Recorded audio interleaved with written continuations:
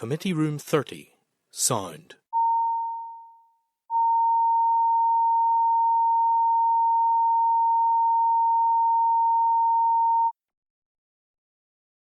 Committee Room 30, Sound.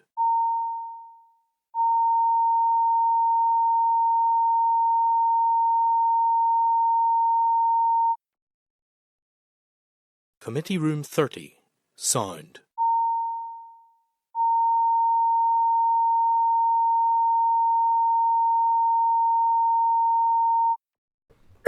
Okay, thank you. Welcome, members. Just to remind you that the meeting will be broadcast online and throughout Parliament buildings. Just would ask you to remember to mute your mobile phones, and that to remind you that there's no recording or photography of the meeting allowed. And if you're content, I'll proceed with the agenda. Okay, members, so I have got apologies from the Deputy Chair and I think apologies from Claire Sugden. And we have two members online at present, Sinead and Carol, and there's Anya joining us in the room now. Members, any declarations of interest to declare?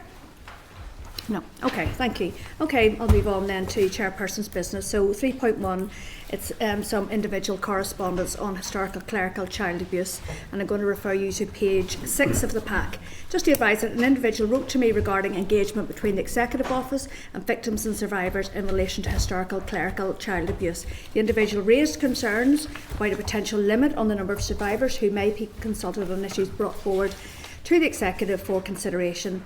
Members are advised that junior ministers are due to meet with some victims and survivors on the 30th of March 2026, and further correspondence on this matter is included in the pack for consideration under correspondence.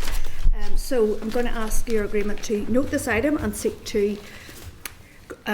your agreement to write to the Department highlighting the need to engage with victims and survivors across the various religious orders to ensure engagement is as inclusive as possible. Are we agreed, members? Agreed. Okay. 3.2, Northern Ireland Public Services Ombudsman. So I'm going to refer you to page 7 of your packs. Just to advise that I will be speaking at the NIPSO event on for the launch of the model complaint handling procedures on the 24th of June, that's a Wednesday at 10 a.m. at Stormont Hotel. And this new complaints handling procedure will provide guidance to staff on how they should investigate complaints across health and social care, local government, central government and housing and education. And I think members maybe already received an invite to that, but if not, I can provide details. Sorry. I was meant to forward them to Sarah Ann this afternoon and forgot. So 3.3, Commissioner for Victims and Survivors, and this is in relation to the Victim Support Programme funding. I'm going to refer you to pages 8 to 15 of the pack. So the Commissioner for Victims and Survivors wrote to me outlining his concerns following the announcement of the Victim Support Programme on Friday the 27th of March 2026. An award of £7.9 million was allocated against an evidenced need of £11.2 million, thereby a shortfall of over £3.3 million based upon the consultation and research process undertaken by the Victim Survivor Service in partnership with all the sectoral groups. The Commissioner has also included a copy of correspondence that he sent to the First and Deputy First Minister on this issue. So members, I'm going to seek your agreement to note this item and agree to the First Minister and Deputy First Minister highlighting the shortfall and the potential implications regarding support available to victims and survivors across Northern Ireland. Are we agreed? Agreed. Okay. I'd also seek your agreement to invite the Commissioner to the meeting on Wednesday, the 13th of May 2026, where the Victims Payment Scheme is being discussed. There's also a panel on VSS that day in terms of funding as well. Yes, Chair. So there's the Victims Payment Board, yes, who are paying separately, and then VSS. Yes. And then if members are happy, then they can agree to invite the Commissioner to attend that session with VSS. Is that okay? Okay, thank you. I think it's a neat fit. Okay, so 3.4, Men's Advisory Project. So I was invited to a conference in the Europa Hotel. You'll find this on pages 16 to 18 of your pack. So this took place on the 30th of March 2026. And as you know, the Men's Advisory Project works alongside men's and boys experiencing domestic abuse. I'm just asking you to note this item. So 3.5, an individual sent some correspondence in terms of HIA and care experience, and I would refer you to page 19 of the pack. Just to advise that Connie Egan, MLA, forwarded correspondence to me from an individual in relation to research conducted by the Administrative Data Research Centre Northern Ireland on children's social care and homelessness. The research identifies that 54.6% of all young people presenting as homeless had a history of childhood sexual care contact, highlighting the potential relevance of these findings, to victims and survivors of HIA, in particular that early experience of care and institutionalisation that may have longer term impacts, which could include increased risks of homelessness later in life. Just asking your agreement to note this item. Okay, 3.6, Truth Recovery Independent Panel, an update on the final report, and 3.7, further TRIP correspondence. I'm going to refer you to pages 20 to 24 of your pack and pages 3 to 20 of the tabled pack. So just to advise that the panel wrote to me and the Deputy Chair in relation to the publication of its final report. The panel has indicated that this will be published in summer 2026. The panel has also outlined that during recent engagements with victims and survivors, concerns were raised regarding the timescale for the publication of the report and recommendations, and how this might limit the opportunity for the panel to influence the bill. The panel outlines that how they have already made recommendations to inform the legislative process. So just to advise that the digitisation of records and the establishment of a central depository of records were some of the issues discussed by members during the visit to Prony last week. Following the visit, the committee team reached out to the panel, who have advised that in early 2025 they conducted a survey of victims and survivors to inform the development of proposals for a permanent archive. As part of this process, the panel published their suggestions for the proposed permanent archive on in a consultation document, and requested feedback and opinions from victims and survivors. A copy of the survey report can be found on pages 5 to 20 of the table pack. This will also be reflected in the panel's recommendations in their final report, and they have agreed to update the committee with an oral briefing before summer recess. So just to seek your agreement to note these items and agree for the committee team to review the actions previously agreed by the committee in relation to access to records, and to update the committee at next week's business. The committee can then decide on any further actions it may wish to take. I suppose just on that correspondence, there were some recommendations for some amendments to the bill. I think we still have a session or maybe two before the consideration stage debate in terms of amendments, so I just would like those to be included in that discussion. Yes, of course. I think some of them have already been taken care of, but it's just to make sure we mop any up if we can. Okay, 3.8, so this is correspondence from Timothy Gaston in relation to the Inquiry Mother, Baby Magdalene Laundries and Workhouses and Redress Scheme Bill. I'm going to refer you to pages 29 and 28 of the table pack, is that right? It's probably the wrong way around. Okay, sorry, 28 to 29 of the table pack. Apologies. So just to advise that Timothy wrote to me following a meeting held with a number of groups ahead of the consideration stage of the bill, and birth mothers and their Children for Justice have suggested that the committee press for them to be invited to participate first in the inquiry. Just going to invite Timothy to provide some commentary to that. Yeah, Chair, thanks very much for including this, and to the clerk and Sarah Ann. It was a case of I've held a number of meetings with different organisations who have gave evidence to the inquiry, and this was something that came through very strongly in one of the meetings that we had, and it's something I believe that committee hasn't really heard or dwelt on that aspect before, simply because terms of reference are outside of our control. And the reason for putting in the letter to this committee is that draw members' attention to it, and when this returns to the Assembly floor, I believe in May, the middle of May, that it could be something we could push for. I have raised concerns before that the terms of reference essentially will be completed after it receives royal assent, and I think this is a suggestion very worthy and deserves the merit that we push as a committee, that this is something that they look at. Okay, Timothy, no, I very much agree. I think I maybe have mentioned it once, but just in passing, these ladies and adult adoptees, some of the men have been at the forefront of this campaign from the very start, and whilst other people have done a lot of work, and I don't want to have a hierarchy of victims and survivors here, but they were the original people who marched up and down that hill to request any recognition of what they went through. So I'd be happy to endorse that. I wonder how we would take that forward. Maybe is that something we can maybe discuss at our next session when we're looking at the amendments, is how we maybe And write to officials. I think that's something. I think what we could do is maybe take in, as I said, we had just one more session just to look at the consideration report, and then just those sort of tidied up actions. I'm very clear that the suggestion, yes, it may have come through me and I put it into paper, but I want the committee to be the ones really pressing I agree. for this. I agree. Yep, no problem, Timothy. Thank you for writing to me about that. Okay, so just moving on slightly then. So in terms of the bill, so officials have advised that the consideration stage debate has been delayed until Tuesday the 12th of May 2026 at the earliest, and the committee awaits confirmation from the department. The committee may then consider the latest position regarding amendments at a future meeting following confirmation of consideration stage. Okay, so just to remind members that at our meeting on the 25th of March this year, the committee agreed to withdraw 2 amendments and indicated that they would be content to withdraw 4 amendments once the First Minister and Deputy First Minister tabled the alternative amendments provided.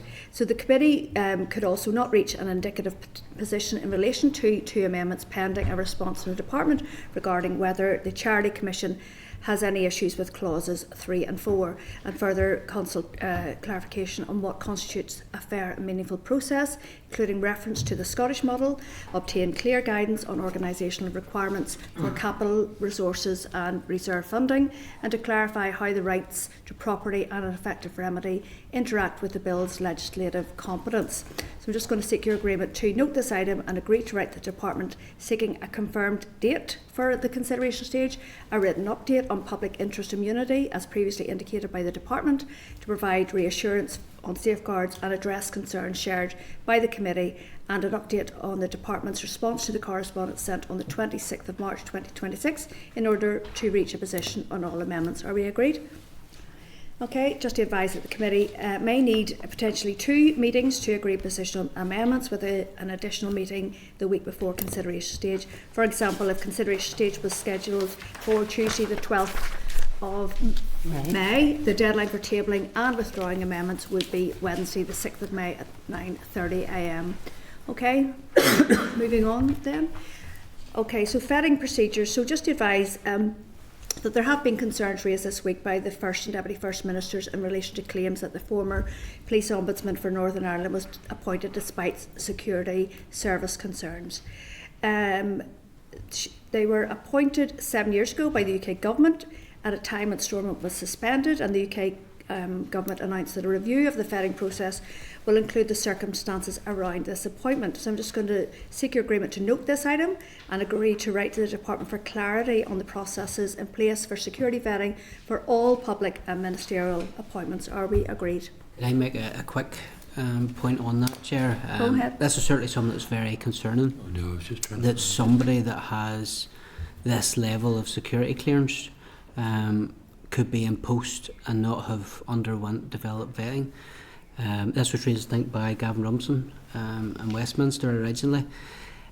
Whether this executive was functioning or it wasn't functioning, I do believe that when the First and Deputy First Minister come into post, there should be a duty placed upon them to ensure that what decisions were taken while there was no office has followed due process.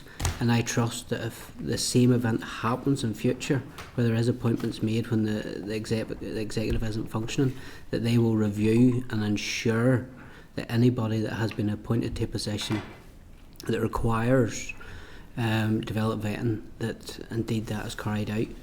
You can't simply wash your hands of this issue and say, oh no, hold on a minute. That was Westminster Government appointed that individual. I raised concerns about this 12 months ago. and got passed from pillar to post between the First and Deputy First Minister and the Justice Minister. And I hope, in light of what's happened with the Mandelson scandal, that lessons will be learned and that they can't blame anybody else, that when they take up office, they ensure that those that have been given clearance indeed have underwent the appropriate vetting. Okay, so I wonder then, should we slightly amend the what we write to the department to include provisions for what happens should there be a future suspension of the Assembly for any appointments? So I suppose that would, in terms of what process would be undertaken then, and then when the executive is reformed, then what would be done in terms of reviewing any appointments during that suspension? Is that okay? Are we agreed with that approach? Agreed, Chair. Okay, thank you. Sinead, are you looking to come in? Yeah, go ahead. Thank you. Yeah, I'm happy enough with the approach, but the approach is assuming something went wrong to begin with. So we actually want clarity about the process itself and the due diligence that was undertaken in the appointment in the first place, rather than assuming that the procedures were failed. I suppose rather than be corrective at the outset, we have to actually understand what happened. Okay, I suppose we could incorporate all of that then, just a bit of a historic look back, what's happening at the minute, and then what provisions will be in place for the future. Are people content? I wonder, Clark, can you get that drafted along with the team here and circulate it, and then we'll make sure that it reflects everybody's requirements and suggestions? Okay, thank you. Okay, members, moving on to item 4 then, draft minutes. I'm going to refer you to pages 25 to 36 of your pack for the draft minutes of the meeting held on the 25th of March 2026. Just going to ask, are you content with these minutes as a true reflection of the proceedings of that meeting? Okay, okay. Moving on then, matters arising. So 5.1, Prony, the visit presentation. I want to refer you to pages 37 to 38 of your pack. So just to advise that Prony has provided a copy of the presentation which they delivered to members during the committee's visit last week, where Prony officials provided an update on its work as part of the Truth Recovery Programme archives. So I think most of us were there. It was a very, very good visit. They really got a good insight into what they're doing and the level of expertise and passion within Prony. It was a wonderful visit. Carol, do you want to say anything? Yeah, Chair, the concern was that it seems the delay seems to be coming from the Health and Social Care Trusts. Yes. Due to a lack of staff and resources in relation to the records. My issue is that the institutions, the religious institutions, are institutions, most of which have handed over their archives to be digitised. If Health and Social Care, or maybe the Minister, isn't making that resource available or can't, I think we need to find out what the position is from him, so we could write to find out what the position is, because it's going to impact on redress. It's going to impact on absolutely everything.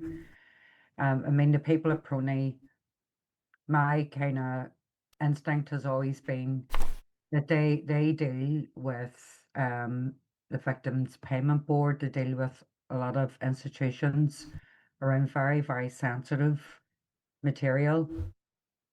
My instinct would be that the trusts just hand their records over to trusted allies or colleagues, let them digitise these, particularly in advance of the public inquiry, but certainly the standardised payment. I mean, all those things are dependent on, albeit the threshold has been lowered to ensure there's more inclusion, but there still needs to be verification. And if Prony can't offer that, or sorry, the Department of Health can't offer that, it's going to come back on TO unfairly, in my opinion. So I would put that down as a proposal that hopefully we can support and try and develop. Okay, thank you, Carol. Just to sum that up then. So obviously we've had a drip feed of information coming back from the Trust and the Department on this particular issue. I'm just wondering, I'll bring in a second, Timothy. I wonder, can I ask the Assistant Clerk to maybe do a review of everything that's come back and from the, you know, almost pull it into one report or letter to the Health Minister, and then ask for an update and reflect Carol's concerns there around how inhibiting this will be going forward for Prony. Yes, Chair, sorry, it's just to highlight when we looked at the trip correspondence, it's just that we will review Okay. everything that we've taken so far in terms of actions in relation to access to records. Okay. And we're going to look at that in next week's meeting, so I can certainly add Okay. Carol's comments to that if you're happy. Thank you. Go ahead, Timothy, please. Yeah, excellent visit, very worthwhile, and it gave me a better understanding of where we currently are in this situation and the red flag that is glaringly obvious to committee members, that the institutions have handed over what records they have. I'm not saying there hasn't been ones lost along the way, but at least they've handed over what they currently say and believe that they have. Whereas the Trust are sitting in a position where their records are in 5 different places around the country, some kept in good condition, some, as we've heard ourselves from evidence in here, kept in really poor conditions. Prony seem to have this mastered and down to a T, and I have every belief that they will be able to deliver their function when we're requesting the records, but the Trust is a massive red flag to me. UTV broke the story yesterday about the transformation funding for Stormont, that there's only a small percentage of it used. My question would be, well, what better way to transform your public service and getting records that are years upon years upon years old and getting them digitised? And I believe there must be funding somewhere, either through that fund or through existing budgets, that Mike Nesbitt can invest into the Trust to ensure that Prony are the body that should have all them records. It would be far cheaper in the long run if they were situating a number of social care staff in Prony to get through the records as the requests come in, instead of them in each of the different Trust areas in each of the locations. I think that'd be a waste of resources. I've heard stories where people have asked for them already, and there's somebody that basically get in a car and driving around the country to try and see if they can find the records in different locations. So I think there needs to be a real push from this committee, either through transformation funding or for Mike Nesbitt to invest up front, because I do believe it will be an investment that will pay back, that there's money provided, that Prony are the ones to handle the Health and Social Care Trust records. Thank you. Pam, were you looking in? Yes, thank you. Just to say that I didn't attend the visit that I'd been previously, just a number of weeks ago. It's incredibly impressive outfit. It's superb. But it was just maybe on the back of the request going to Health. Should we also be asking the Department what discussions they've had with Health around the records? Because I can't imagine that they won't have already had some form of discussion. So maybe there's something there already, even just in terms of informing us of how that's going to work going forward. Something rings a bell that we've maybe written in the distant past about that, and I think that's why I'm asking Sarah Ann maybe to just, but we might need a refresh and go back and say, give an update on that. There's something in the back we might have been before your time. Yeah. Go ahead, please, Carol. Yeah, so I think I'm content to let the proposal at the minute. That if we do a refresh, well, this is good. We're pushing peas round plates here. I mean, at the end of the day, Prony is under the Department for Communities, and I mean, my DUP colleagues can hold their breath, but Gordon Lads is going to end up getting blamed on something he's not responsible for, and I do think there's an over-egging, to be frank, of Health. Only social workers can deal with these records. Prony deal with records that are far more sensitive, and I'm not saying that people's histories aren't sensitive, but there are, graphic files withheld in Prony that only archivists and people who are Article 2 trained and go through all the CHR training. I'm not depriving any social worker to the Department of Health, but the point is, I think we're looking for others to fix a problem, and it'll come back to us if those people who go to Prony or wherever to try and get their records and they can't. So I would appreciate just a quick update of where things are. This has been raised loads of times and we're no further on. Okay, Thank you, Carol. Just moving on to 5.2 then, Prony Committee Visit Press Release. Refer you to pages 49 to 50 of the pack, and just to advise that the press release was issued on Thursday last week following the committee's visit to Prony, highlighting its role in relation to the Inquiry and Redress Scheme Bill. Just asking you to note this item. Okay, 5.3 and 5.4, Irish Language Commissioner, Grand Central Station and Public Authorities List. I'm going to refer you to pages 51 to 56 of the pack, and just to advise members that the Irish Language Commissioner has responded to the committee's correspondence of the 20th of March 2026 in relation to follow-up queries arising from his oral evidence session on the 18th of March 2026. As with all arm's length bodies, provision for legal fees for the office of the Irish Language Commissioner is included in the annual budget, which was agreed with the Executive Office. However, the Commissioner has outlined how the office is coming under a much higher level of scrutiny than the other two identity and languages offices. So just to advise that in relation to the committee's request to have sight of the correspondence between the Commissioner and the Belfast Telegraph relating to Mr Bryson, the Commissioner indicates that the article in question was not specifically about the Grand Central Station case, and asks on what grounds this correspondence is sought by the committee. Just to advise that the Commissioner has also responded to the committee's correspondence on the 26th of March 2026 regarding the list of public authorities that his office may advise.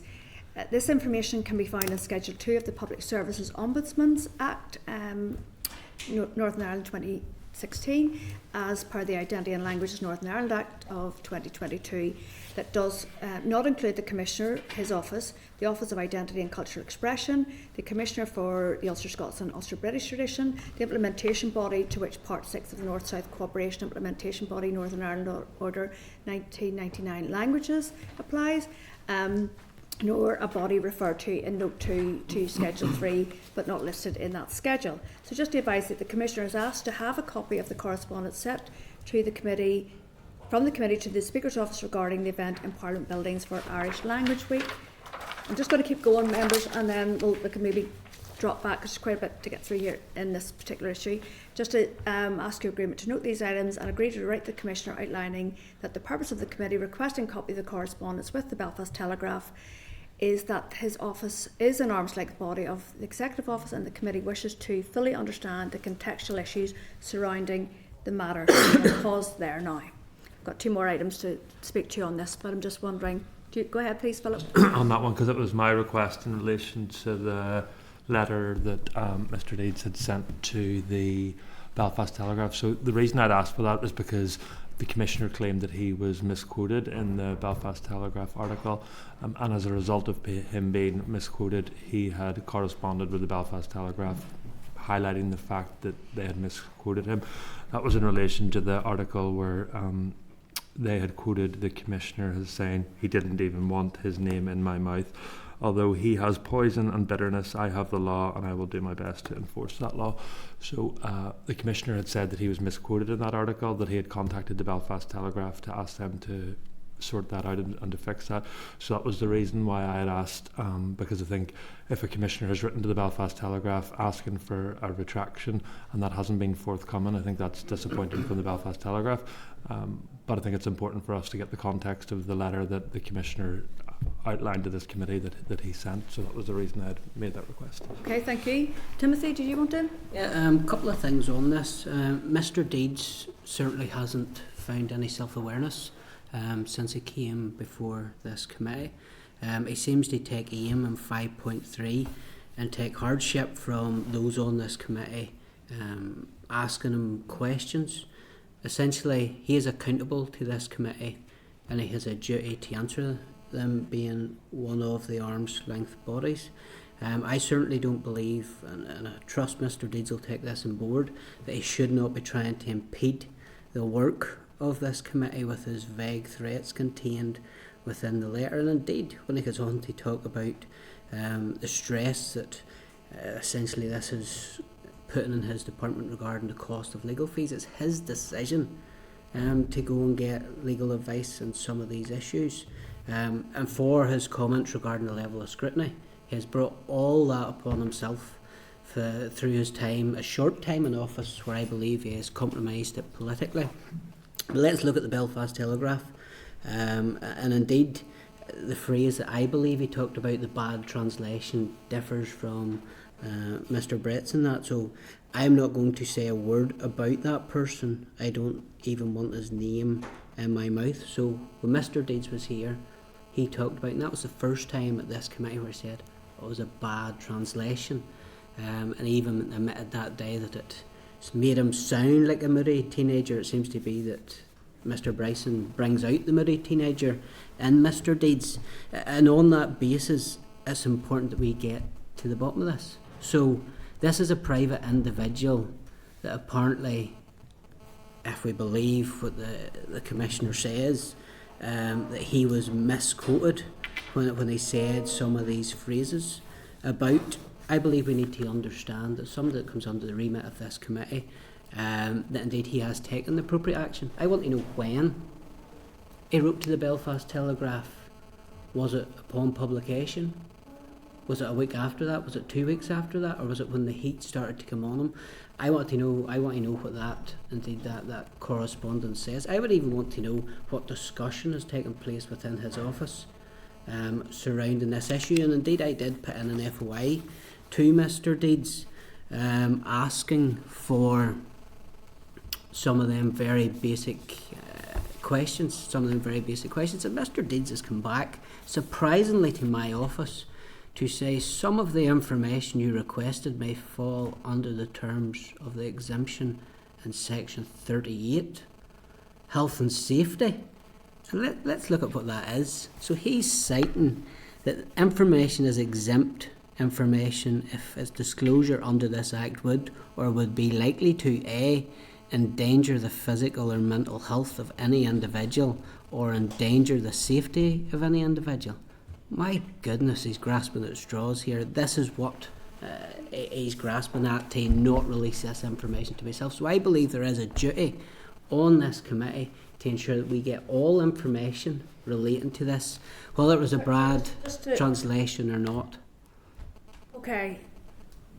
So I'll just go back over there. Thank you. The clerk's just reminded me here. So what I have sought agreement to do was to note these items and agree to write to the Commissioner outlining that the purpose of the committee requesting a copy of his correspondence with the Belfast Telegraph is that his office is an arm's length body of TO, and the committee wishes to fully understand the contextual issues surrounding this matter.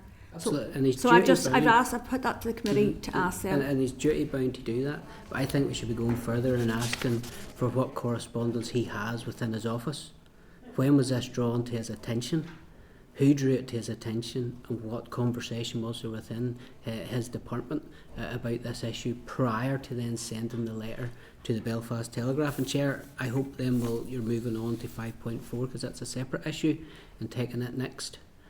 About Mr. Deeds, and that was regarding public authority. Yep. I've covered that. I've covered that in terms of what they are. Pause a little second. So we can only deal with, as you know, what comes before us in front of this committee, the responsibility of the arm's length body. Some of your suggestions, that's straying a wee bit into what he's saying to Belfast Telegraph about individuals that we don't have any. No, so what I'm referring to and what I'm quoting from in some of my remarks is indeed the Hansard from this committee. Okay.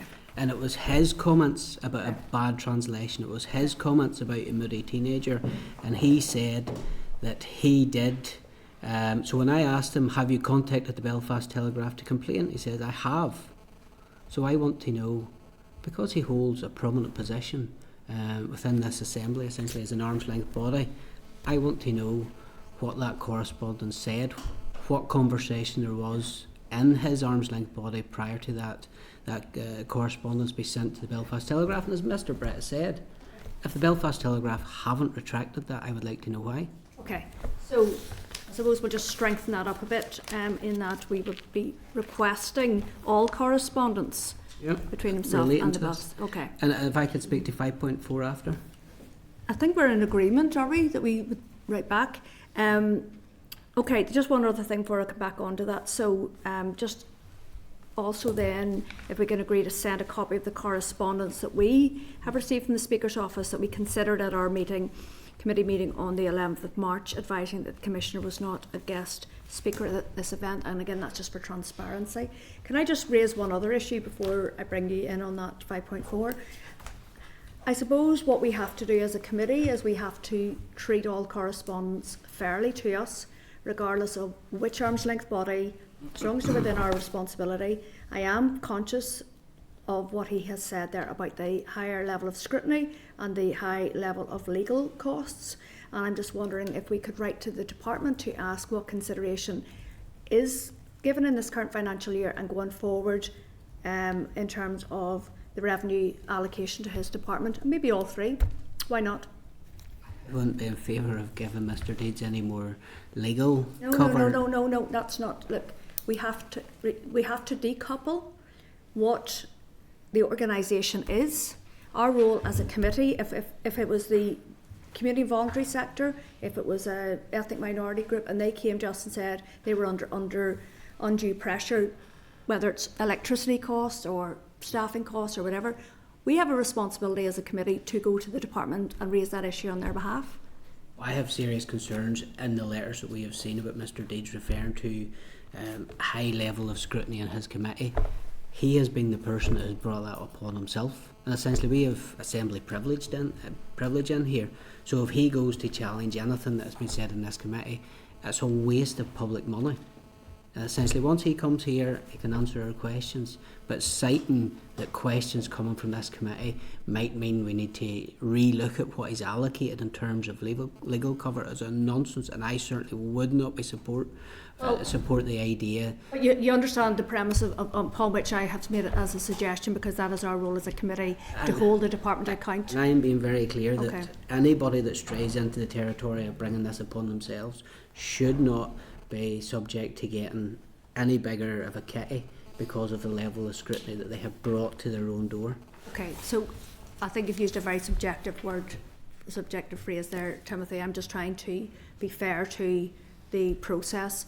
I'm going to bring in Philip and then I'll bring in Carol, and anybody else wants to come in, go ahead. Thank you, Chair. And just in relation to your suggestion, and listen, I have no reason to doubt that Mr. Deeds' his remarks that he says that his costs have been higher than he thought, but before we would write to the department to ask for more money for him or for any other commissioner, I think it would be useful to know how much money he's actually spent on legal costs before we make that request.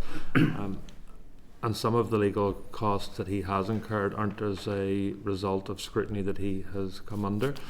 It's a result of him trying to insert himself into cases outside of his legal remit, and that was the trans thing case. So just like we would treat any request that came from any community organisation or any other thing that we're responsible for to ask for more money, we would, before we signed up to that, we would interrogate the reason that those increased costs are. So I think we need to find out how much money he has spent on legal costs, how much the other commissioners have spent on legal costs, why they were incurred, and if it comes back and these were unavoidable, I'm very happy to take that up with the department. But before we do that, I think we need to know the context. Okay, so let me just make sure that nobody puts words in my No, mouth. of course. I didn't say that we should be going to the department and asking. I'm saying that we should relay his concerns in that space, but I very much agree with you. Let's look to see what the business case said in terms of that budget line in terms of legal costs. Obviously that's an eligible expenditure, but there may be caps on that within the allocation. I'm not sure whether that's an executive office or whether we go to all three. And again, let's be fair to all three of them. Let's see how much they have been allocated and what has been spent. And go ahead, Carol, please. So I have no issue of writing to and trying to get all the correspondence, because that's available.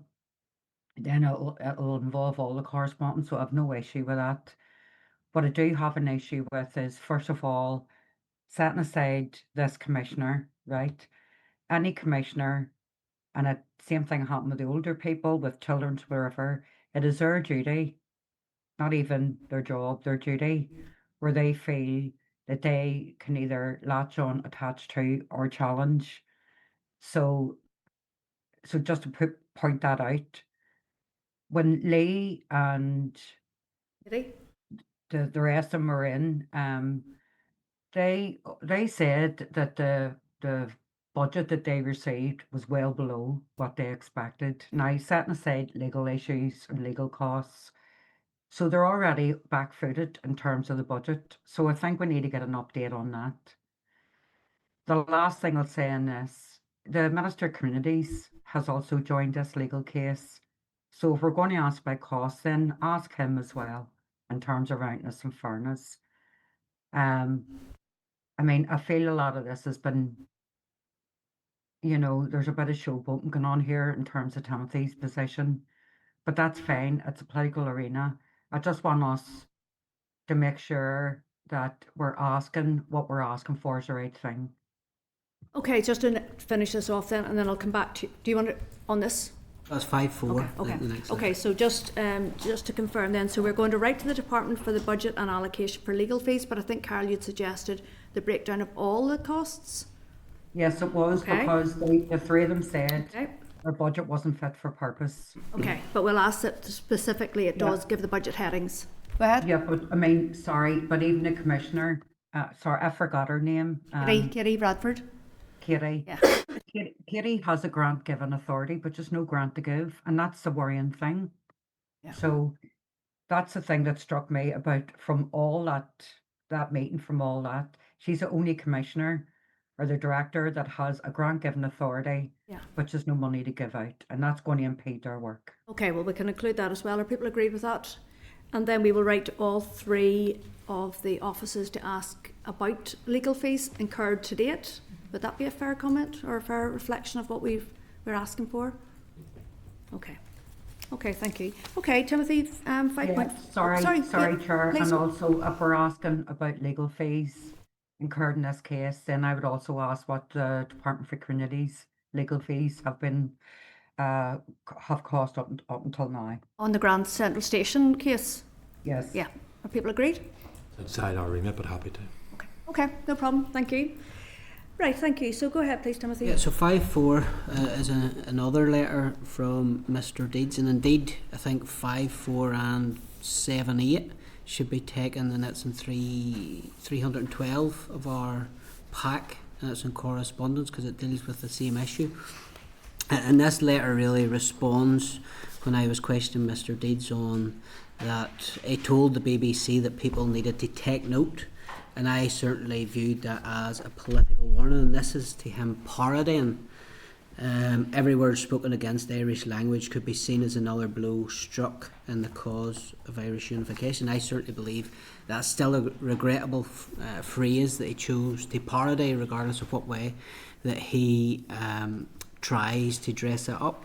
So when I had asked him about that, he said, I gave that advice generally, but the Assembly Commission is one of the public bodies on our list. So to me, when he was in here, it was strongly suggested by him that the Assembly Commission asked for advice and he was given advice, whereas in 7-8 in correspondence from an individual that there's no name to, it quite helpfully points out that Mr. Deeds was never asked for advice on that.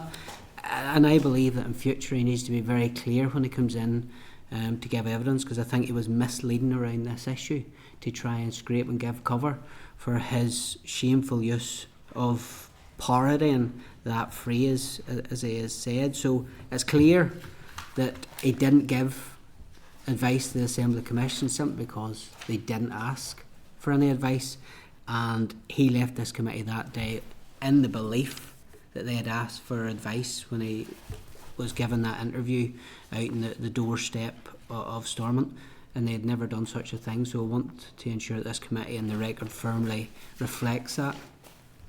Okay, that's fair enough. Anybody else want to comment on that particular matter? No. Okay, members, I'm going to move on then. So 5.5, Clerk of the EU and Interparliamentary Affairs, just some follow-up information. I'm going to refer you to pages 57 to 64 of your pack. Just advise that the Clerk of EU and Interparliamentary Affairs has provided the follow-up information requested by the committee following the oral evidence session on the 25th of February this year. Further information has been provided to members on the implementation of the Windsor Framework, on the application of common frameworks, and on the governance structures under the UK-EU withdrawal agreement. I'm just going to seek your agreement to note this item. Okay, so 5.6, the Council of Europe Register of Damages for Ukraine. Just going to refer you to pages 65 to 77 of the pack. And just to remind you, our last meeting before Easter recess, the Deputy Chair raised an issue relating to a meeting he had with the Red Cross where the issue of registers of claims for damages in Ukraine was discussed. Just to advise that the Register of Damage for Ukraine is designed to record all eligible claims seeking compensation for damage, loss and injury inflicted by Russia's aggression since 24th of February 2022, serving as the first step of an international compensation mechanism for Ukraine within the framework of the Council of Europe. I'm just going to seek your agreement to note this item. And you'll be pleased to know, members, we're going to move on to our oral briefing. So item 6 then, we're going to receive an oral briefing on the draft framework for race relations and delivery plan 2026 to 2028. I'm going to seek your agreement for Hansard to record this oral evidence session. Agreed? Agreed. Okay, so I'm going to refer members to pages 79 to 82 of the pack for the clerk's brief, pages 84 to 107 of the pack for a copy of the consultation paper for the draft framework for the race relations and delivery plan 2026 to 2028, pages 108 to 136 of the pack for a copy of the draft framework for race relations and delivery plan 2026 to 2028. So I'm going to welcome to the meeting Orla McStravick, who is the Director of Race Relations and Integration in TEO, Paul Naylor, who is the Head of Race Relations Development and Delivery, and Julie Cumming, who is the Head of Migration and Integration Policy Branch. So apologies for the delay in inviting you in. We just had, this is our first proper meeting since before Easter recess. We had quite a bit to get through, so thank you so much for coming to committee and for your papers in advance. So I would just like to invite you to make some opening remarks, Orla, please. Thank you. Thank you. So good afternoon, Chair, members of the committee. So first of all, thank you for the opportunity to brief you today on the draft framework for race relations and its associated 2-year delivery plan. They are obviously currently subject to a public consultation.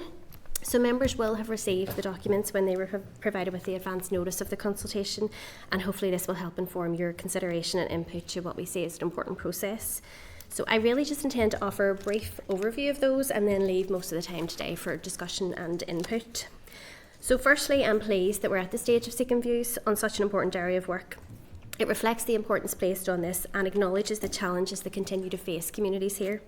The draft framework intends to build on the progress made in the delivery of the Racial Equality Strategy 2015 to 25, but it also seeks to enhance the agility and flexibility to meet emerging needs and issues as they arrive.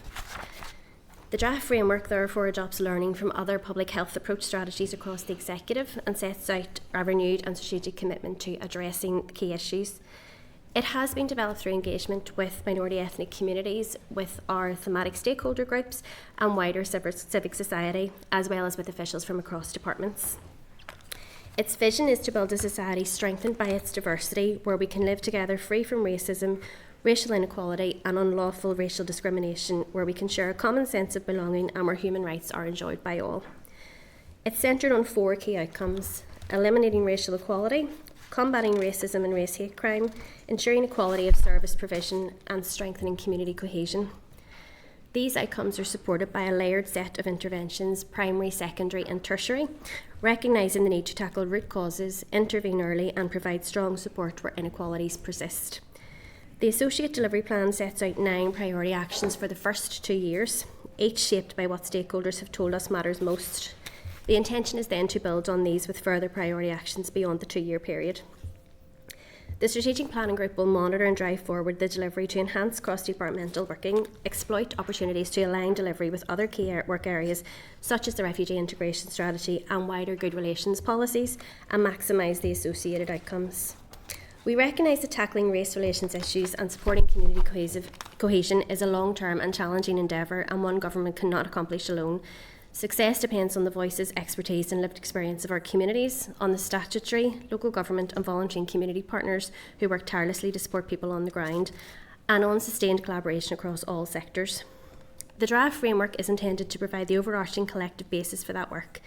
It is, however, very much a draft, and we are keen to hear from as many people as possible to help shape the final framework, its outcomes and the associated interventions.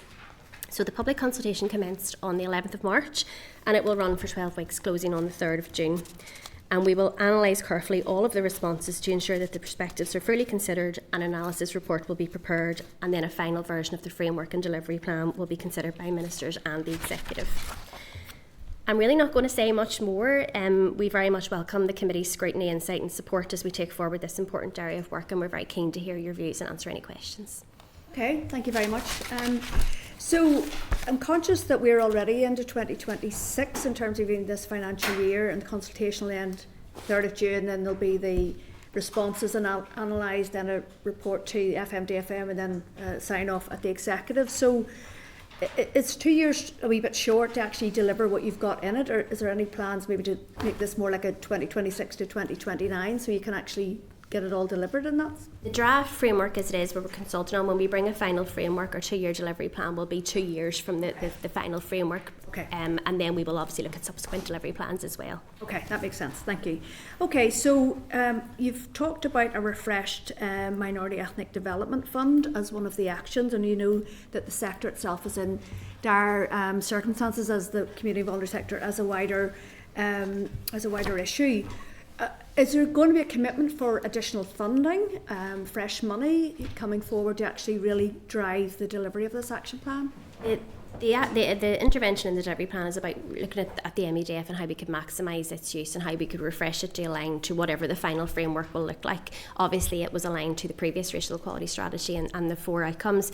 At this stage, no, it's not that there's necessarily a commitment for more money, but it is about looking at how do we maximise the money that there is available, and how do we make sure that it addresses the key issues that we're setting out in the framework. Now, we don't have sort of an end of what that will look like at this stage, and we will very much want to engage with the racial equality subgroup and others to help shape what a revised MEDF might look like. We'll also want to look at the wider good relations funding and how we can align and maximise better opportunities through it. So there will be a process with our racial equality subgroup as we scope how the MEDF should actually shape to best deliver on this. Okay, thank you.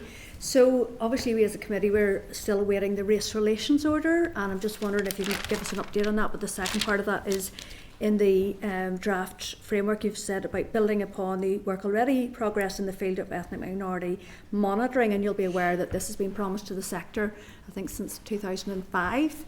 I'm just wondering where the order is and whether this ethnic minority monitoring will feature in the new order. Thank you. So a review of the race relations order was conducted obviously as part of the racial equality strategy 2015 to 2025, and we had a 12-week public consultation on that, which included in 2023. An analysis report was published in August 2024.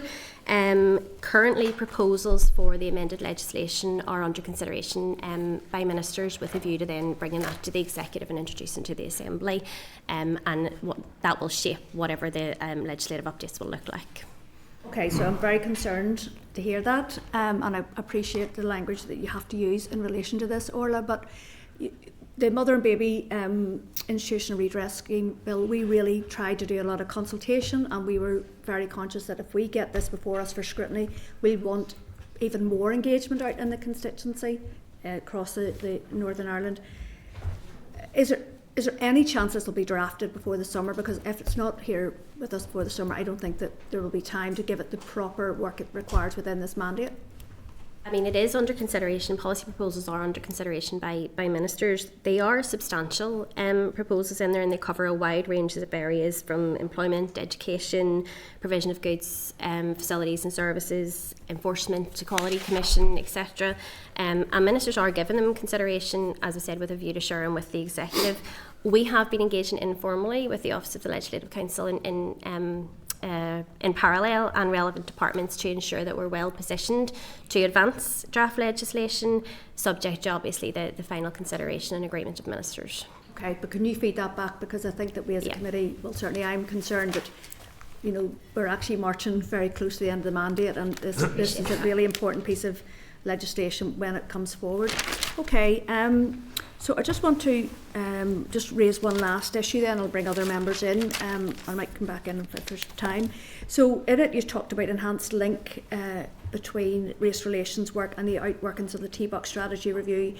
to the view, in the view of incorporating race relations more effectively. So we as a committee, and certainly in TO question time, we've been hearing this for a long time, that there's going to be that, in some ways, an assimilation. This language looks like it's more like it'll sit alongside, and where possible there'll be a bit of an overlap. So is there anything tangible going to come forward in that space, or are we going to see race relations and good relations sitting as two separate streams going forward? Yeah, I mean, ministers are looking obviously at TBUC and what the new approach to TBUC would be going forward. What they are very cognizant of is, you know, our communities are changing, and TBUC needs to be reflective of our wider communities. We work obviously closely with officials who lead on the wider good relations and the TBUC strategy. And what we're keen to see is, I mean, yes, we will have this framework, and yes, there will be something that represents TBUC, but it's that they are aligned and complementary, and where there will be opportunities for us to actually join up and make sure that what we're delivering under these strategies are supporting the wider communities. And I know we're very keen within the department to better make those links and to better sort of have a joined up approach to good relations in the widest sense, but there may be obviously specific things in the race relations space that we may do here, but it is definitely, I think the timing of the two things is an opportunity for us to make sure that whatever TBUC is, it's reflective of the wider community and supplements and complements the work that we're doing here and aligns so that we can deliver collectively where at all possible. Okay, thank you, Orla. So Timothy, please. Yeah, thanks very much, Chair. Thanks very much for coming along this afternoon. I've read over a lot of the information you provided, which has been indeed very helpful. So we're dealing with the draft framework and the consultation paper. That's something that has been signed off by the First Minister and the Deputy First Minister, that's right? Yep. So on page 115 we have Emma Little-Pengelly and Michelle O'Neill agreeing to what essentially is in front of us here today. Page 88, which is page 5 of your consultation paper, you have a nice diagram flow chart that takes you through outcomes 1 to 4. Outcome 1 is elimination, 2 combating, 3 equality, and 4 your final stage is community cohesion. So what that reads to me essentially is people, and what the department is wanting is for you to accept newcomers, adapt the community, and then lastly worry about the consequences and the fallout from that.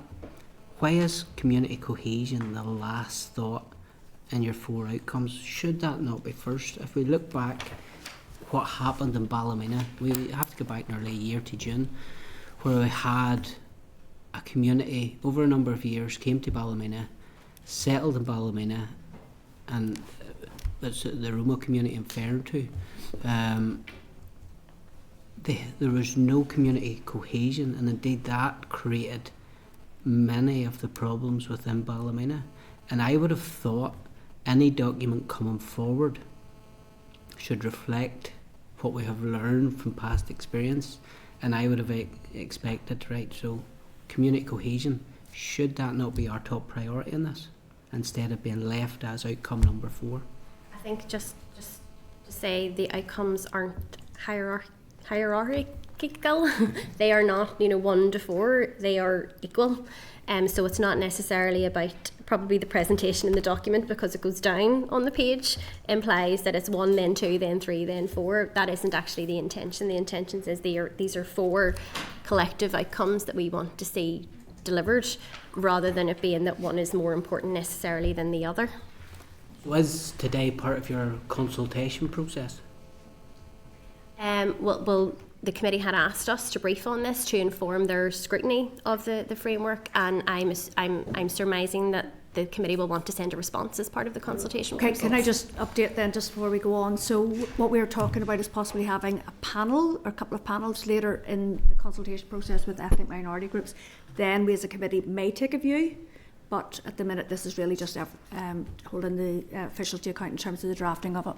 Well, Hansard is here today, so I'll be a verbatim of the discussion, and I would very much encourage that my comments today feed into that consultation process, and I want to see a change. That if you're saying it's outcome 1 to 4, but when I look at that from somebody from Ballymena would open that and look at it, it looks as if the problem that has existed in Ballymena for years, caused by a community that did not want to integrate, is the final thought. Yes, you've said maybe that's not the case, but that's the way that it reads to me. Page 6, secondary interventions embed cultural awareness and anti-racism training across the public services. But what does that look like, and what sort of budget would be attached to that? That is about making sure that those who are working in the public sector are trained and aware and can deal effectively with people from all communities. So that will be about developing some sort of training and some sort of cultural awareness material to make sure that public servants are armed with the information, the skills and the experience to be able to, as I say, deliver services to all in our community. So there isn't a specific budget or a specific end thing that would look like. That will be developed and only then will we know what it would actually cost. And that will take on board local concerns about communities being changed without any consultation. In that, just could interject. I think, to be fair, it is more so about providing the training for staff at the front end of public services so that they can make sure that the way in which they deal with all members of the public is taken on board, human rights, etc., and what they're entitled to and how they should be best dealt with, as opposed to getting into a broader conversation about race and racial equality. There needs to be a broader conversation that when there is training takes place, that if somebody had contacted the office from the Clonavon area of Ballymena, that their voice would have been listened to long before the trouble that would have started in last June. So we have to learn from the problems and learn from what has caused issues in the past. So we talk about a minority ethnic development fund. Much money's associated with that.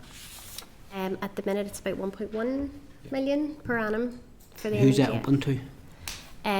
So it went out for a public call 22 to 25 initially, and it's open. It's aligned to, as I said earlier, to the four outcomes of the previous racial equality strategy. So it's open to groups who submit applications that demonstrate how they would contribute to those four specific outcomes. It's voluntary community sector. So that's open to minority groups and open to local community groups that work in areas where their areas are being transformed. It's open to. It's about what the groups are saying they will do and deliver has to align to the objectives of the previous racial equality strategy. So it's not set that you have to be a certain group to actually apply for funding. It's about what you are intending to do with the money and how it will meet the objectives of the four outcomes of the previous strategy. So page 3 we have again where it talks about embed cultural awareness. That seems to be a theme coming through. You gave your definition, essentially what that is. We have the Northern Ireland Civil Service. We have their guide which says people shouldn't use the term illegal migrant, even though if that's what is indeed what has happened and is the case that somebody has come here illegally.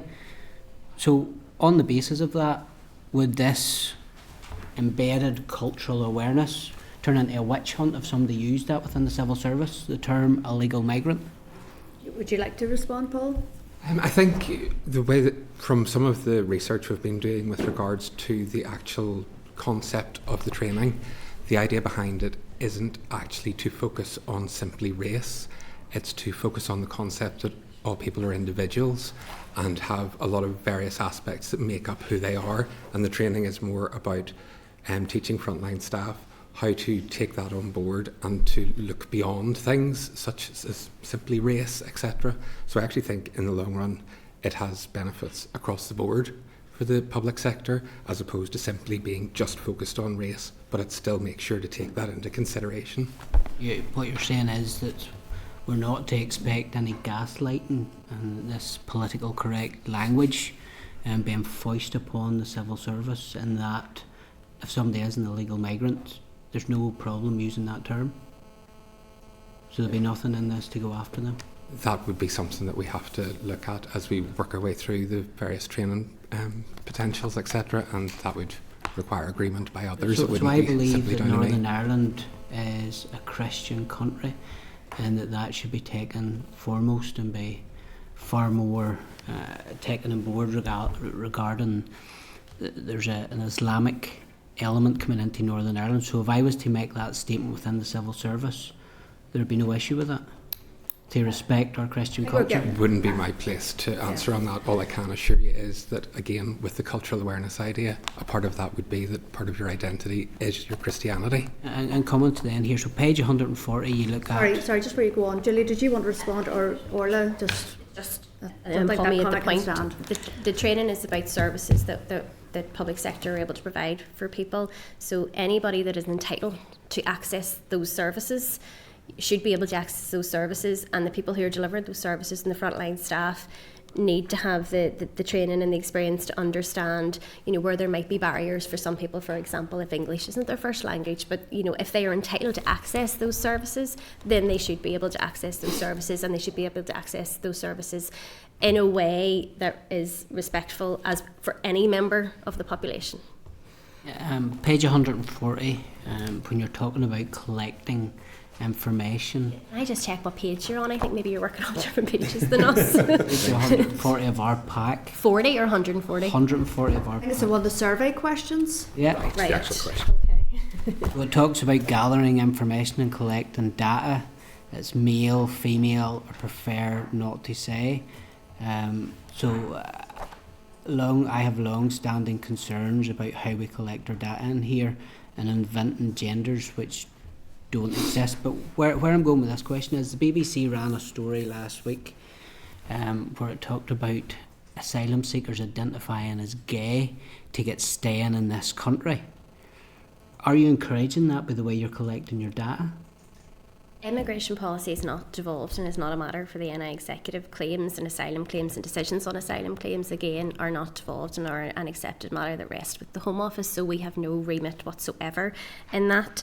The questions in this is part of our standard monitoring where we would ask, and it's what people themselves will identify as, and we just collect to make sure that we are covering a wide range of the population in terms of who is responding to the consultation questions, but it isn't about anything to do with asylum or claims or decisions or anything like that, because that isn't Do you involved. see, because this is something that has been exposed as taking place, do you see a large number of people coming through that identify as prefer not to say, because they simply don't want to say whether they're male or female because they believe that this will help them gain asylum? We in haven't the closed UK? the consultation, so until it closes we won't actually know the answers to this. But then secondly, I couldn't presume to know if somebody has answered that for that particular reason. As I say, it's them self-identifying, so I wouldn't be able to comment on whether at the end of this that is for a particular reason that somebody has done that. So that's data that will be shared with us once it's closed? The consultation analysis report will cover the consultation, who has responded, numbers, etc. And the intention is that would be considered by ministers and then subject to being published.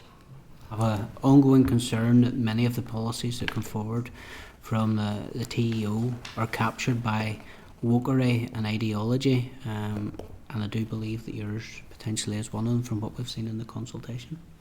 Thank you, Chair. Okay, thank you. Anya, please. Thank you, Chair. Just to go back, and I know the Chair's already asked one or two questions that I was going to ask Orla, but just to go back to the racial equality subgroup and the members that are appointed. So I suppose my question would be, first of all, how are those members actually appointed to that subgroup? And any of the appointments made, do those individuals actually have any lived experience of the issues that they're dealing with? The racial equality subgroup, the membership was actually reviewed 2 years ago. And basically it is looking at the demographics here, what communities we have here, and how they are, if they are represented. So the subgroup is intended to be representative of the voices of minority ethnic communities here. So the reason that it was actually reviewed is to make sure that given changes in our communities that we didn't have any gaps of particular communities that mightn't have been represented on that. So that was done about 2 years ago. Ministers do agree, the organisations that are represented on that, and they formally invite them to be part of it, and then they obviously nominate somebody from their organisation to sit on that, but people can backfill as required. So that was the 2 years ago process, just to make sure sure that we have representative of the communities here whose voices we want to hear, because that is the role of the subgroup. Okay, and I suppose just a follow-on question to that, Orla, roughly how many people will be sitting on that subgroup? It was increased. Can you remember the number of the top? 16, now I think it's 23. And we do have guests that attend regularly from other areas, and we do have a piece of work groups as well. Within the draft where we want to try and help the subgroup to reach out to the broader sort of communities as well that maybe are newcomers or don't have groups already set up, etc. When they are looking at specific issues, they also set up, we have a number of working groups set up under the subgroup where members and others look specifically at issues of priority for them that then feeds in through the subgroup to us as well. I'm assuming they would be following ongoing issues or new issues that may be emerging as time goes on in the work of those subgroups, yeah. That's okay. Just a second question following on to the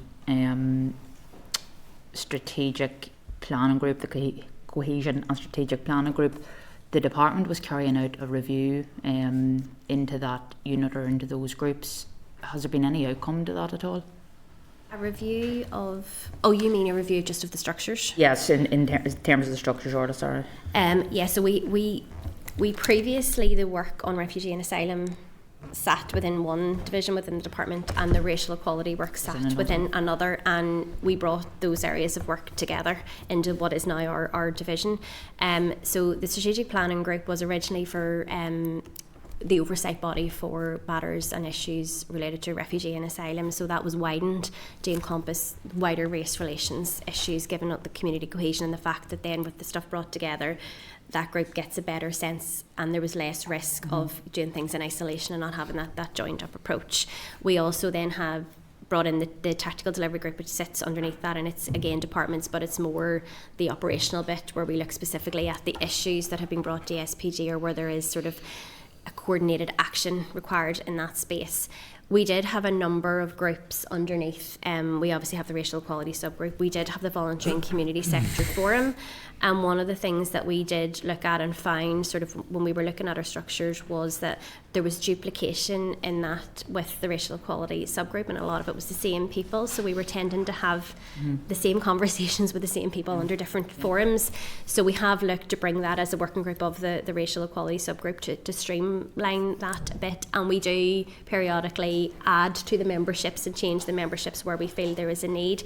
I think the one thing that we have noted that there is sort of room for us to improve on is the flow of information and the engagement both to the SPG and from the SPG to the racial equality subgroup, because what we find is, you know, we want to avoid there being a gap in what we're working with the racial equality subgroup on and making sure that that's actually feeding up to the SPG to inform issues, but then equally that the information is coming back down to make sure the subgroup are aware and others of what we're doing in that space, and that there's that flow so that it's genuine engagement and there's that participation to help inform sort of the work that we're doing, the decisions that are made, and then where there are particular issues that have to be looked at, and obviously then the implementation of this and the refugee integration strategy as well.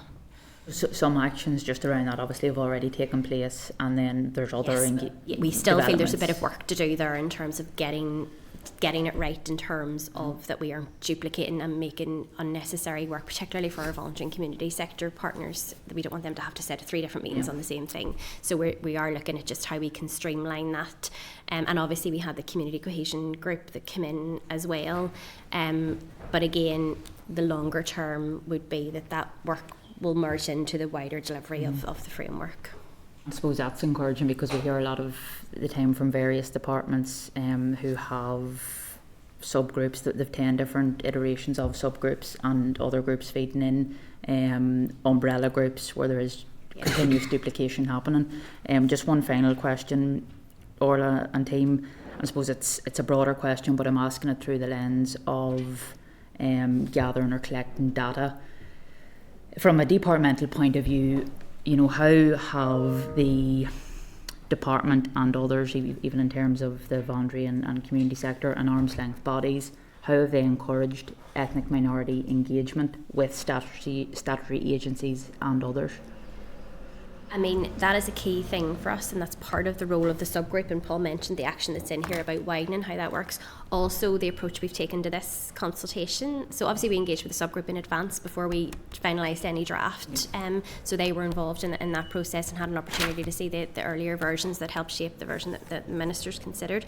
But also as part of the consultation, it's actually our voluntary and community sector partners. So they are nearly running a sort of consultation engagement on our behalf. Now we're there and we're facilitating them, but we very much feel like we get more engagement from minority ethnic communities and individuals rather than organisations when there is a local voluntary and community sector organisation that are leading it, rather than us having our traditional hotel where people come and you get the normal organisations that come, but you don't necessarily get the individual voices as well. So that is why we have sort of taken this approach to this consultation. It's one we had used before and we thought actually worked well in terms of getting that engagement from the people that we wanted to hear from. I suppose the feedback from those events will be fed through to yourselves in the form of data. We are at them, so they are. We take away the input from somebody's there. They actually record what is done, and then that will all inform part of this consultation. Thank you, Chair. Sorry, apologies. Philip, please. Thank you, Chair. Colleagues, thank you very much. I'm relatively new to this committee, so I just wanted to try and get my head around some of the underlying data in relation to some of the statements in the document. So if I start with page 18 of your document, it's page 129 of ours. And this is on outcome 1. So one of the aims is to improve equality of opportunity for employment. Is there a view within the Executive Office that opportunity for employment for ethnic minorities is currently lower here in Northern Ireland? Sorry, can I check what page? Yeah, what page 18, one in the framework delivery. Oh, the delivery. Sorry, apologies. I was going to say there isn't 18 pages. We're getting very confused. Is it of the framework itself, maybe? Yeah, so it's under outcome 1, elimination of racial inequality. So it goes key issues, key interventions. Okay, it might be page 21 on ours. Okay, sorry, go ahead. What was your question there? So it just says improve equality of opportunity for employment. So I was just looking for the underlying data on this. So what is the disproportionate inequality in employment opportunities for ethnic minorities here in Northern Ireland? As we said at the start, a lot of this is driven by the engagement that we have had on these wider issues, and what we hear time and time again from our sector partners is that there is an underrepresentation of minority ethnic communities in employment and leadership, and there are challenges, particularly if you think of the asylum system where people are not actually allowed to work, and then if they get asylum isn't, and those issues aren't a matter for the Northern Ireland Assembly or the Northern Ireland Executive for this document, but what this document says is improve equality of opportunity for employment. So to make that statement, the view must be of the Executive Office that there is a under opportunity of employment. So I'm just looking, what is the data on that? That's what I'm saying. As we said at the start, some of this is driven by what stakeholders are telling us, and what comes through time and time again is that their view is that there is a need for employment opportunities for those from minority ethnic communities, and yes, asylum is not devolved, but if they get refugee status, they then are entitled to work, and there are sometimes barriers there in terms of being able to access employment. English language, for example, can sometimes be a barrier if English isn't their first language, and then the need for ESOL provision that will allow people to access employment. There are issues around transfer of qualifications where people have came here from elsewhere and they can't readily take up employment in the sectors that they may have been working at elsewhere. Well, it can be anything, doctors, dentists, where they're regulated professions that. What is the Executive Office doing then about transfer of achievements or qualifications by doctors who, what do you say, who've been granted asylum status. These are what we're saying are the issues. So these are the interventions that we will be wanting to develop throughout the lifetime of this framework to see what can we do in this space. And there has been stuff that has been able to be done before. I mean, I know Department of Health were able to do something in the Ukrainian context for Ukrainians who were able to do an additional training course to allow them to work in the health service. I think it was as interpreters at that time.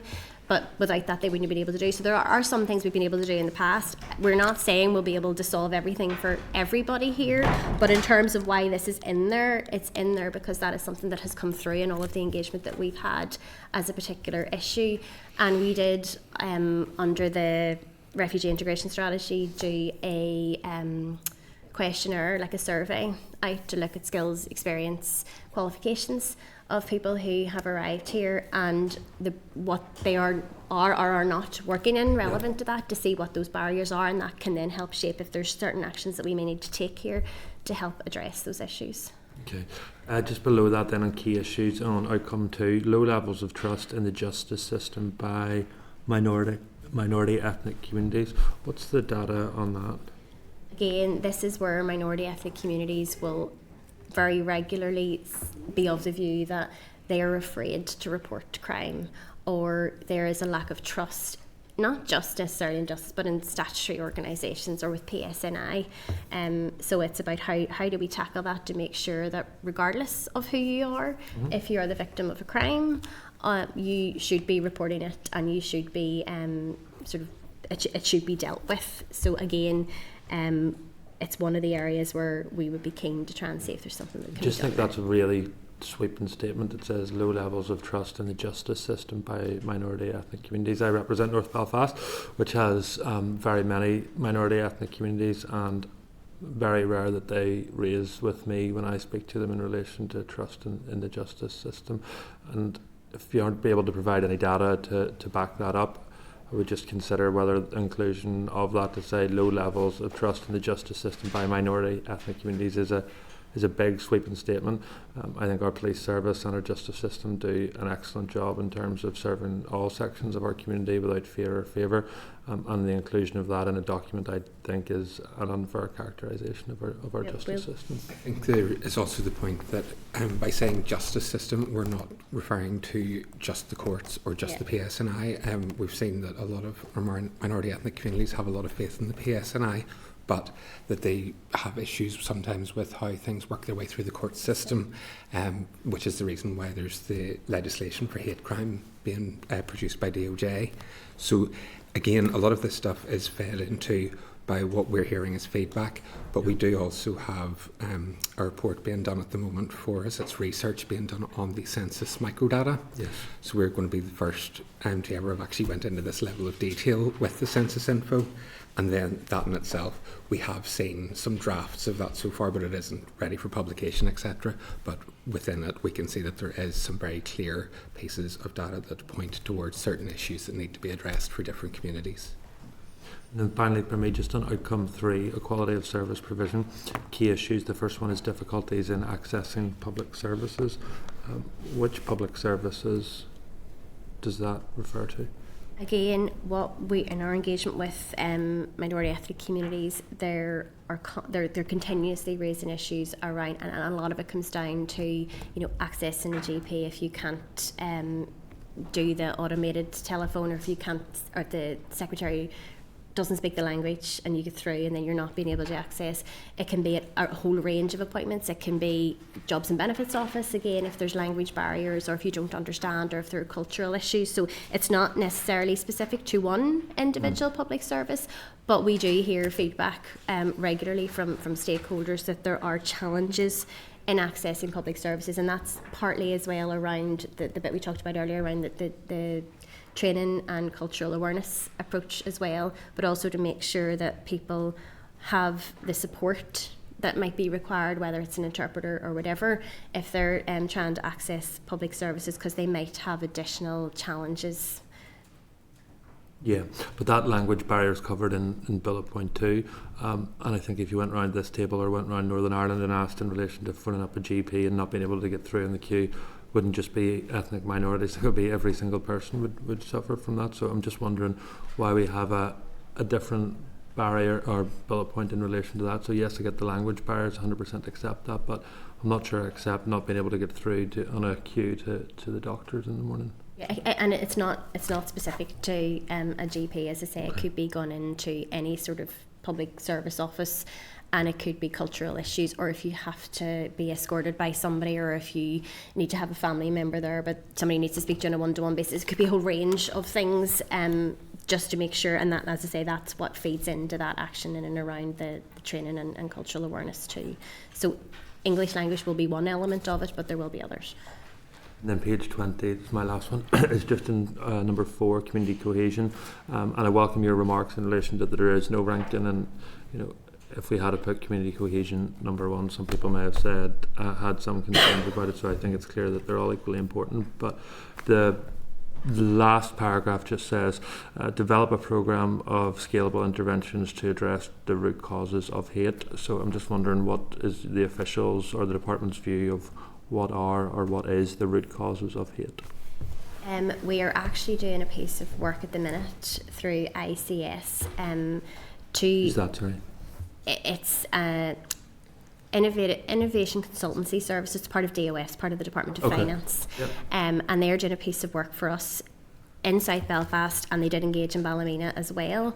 And that is about trying to get a sense of what are the root causes, what are people's views, what are people's concerns, what is driving some of what we have seen over the last 2 years, so that then we can use that to look to see, well, how do we actually start to address some of that. And it is a bit of a whole community approach to make sure that we understand everybody's views and concerns, and can look to see how we can put in place interventions that might help address them on a community-wide basis. So ICS are just completing that piece of work for us, but then we also will want to do those community-led reviews, which are in the delivery plan as well, to go and engage with communities to better understand, and that is part of the public health approach. We can't necessarily say we always know what the causes are, and we need to understand what is the problem, what is the issues, and how do we address them, and they will feed into the wider interventions. Yeah, auditor. Okay, thank you, Chair. Thank you. Pam, please. Thank you, Chair. Thank you very much for your attendance today. I suppose just from the outset to say that I agree with my colleagues, the cohesion piece I think is really, really vital. So also glad to see that those are not numerically rated such, and they're all very important, and they are indeed. And I suppose the lessons to be learned from Ballymena and some of the appalling scenes and activity we've seen that we all condemned, and rightly so.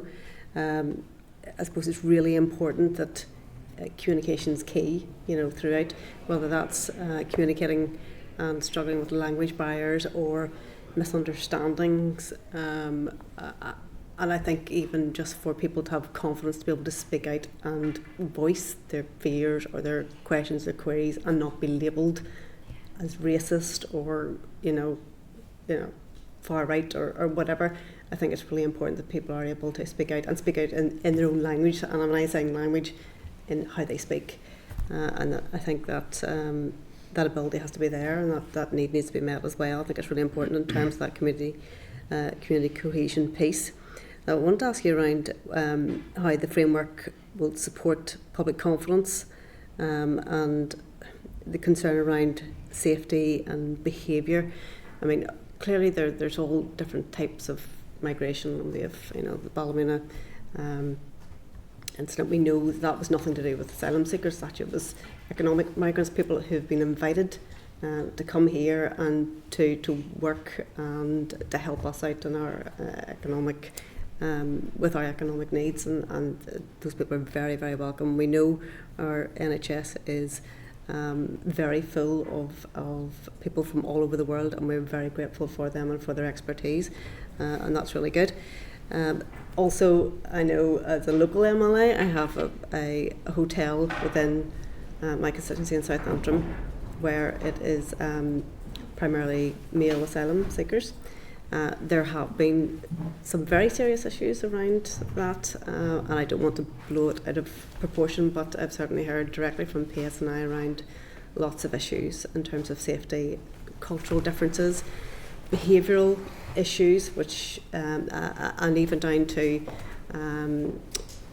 some asylum seekers with mental health issues, and you know, we understand migration's not devolved this place, but the fallout is here, it's on the ground, and we as a community and we as elected reps have to be able to deal with that and to answer those questions. So I suppose I wanted to ask about, you know, whether the framework will support public confidence around that, and also will there be formal mechanisms in place for MLAs to raise concerns, because it is important that everybody's voice is heard, and that we could do something about that.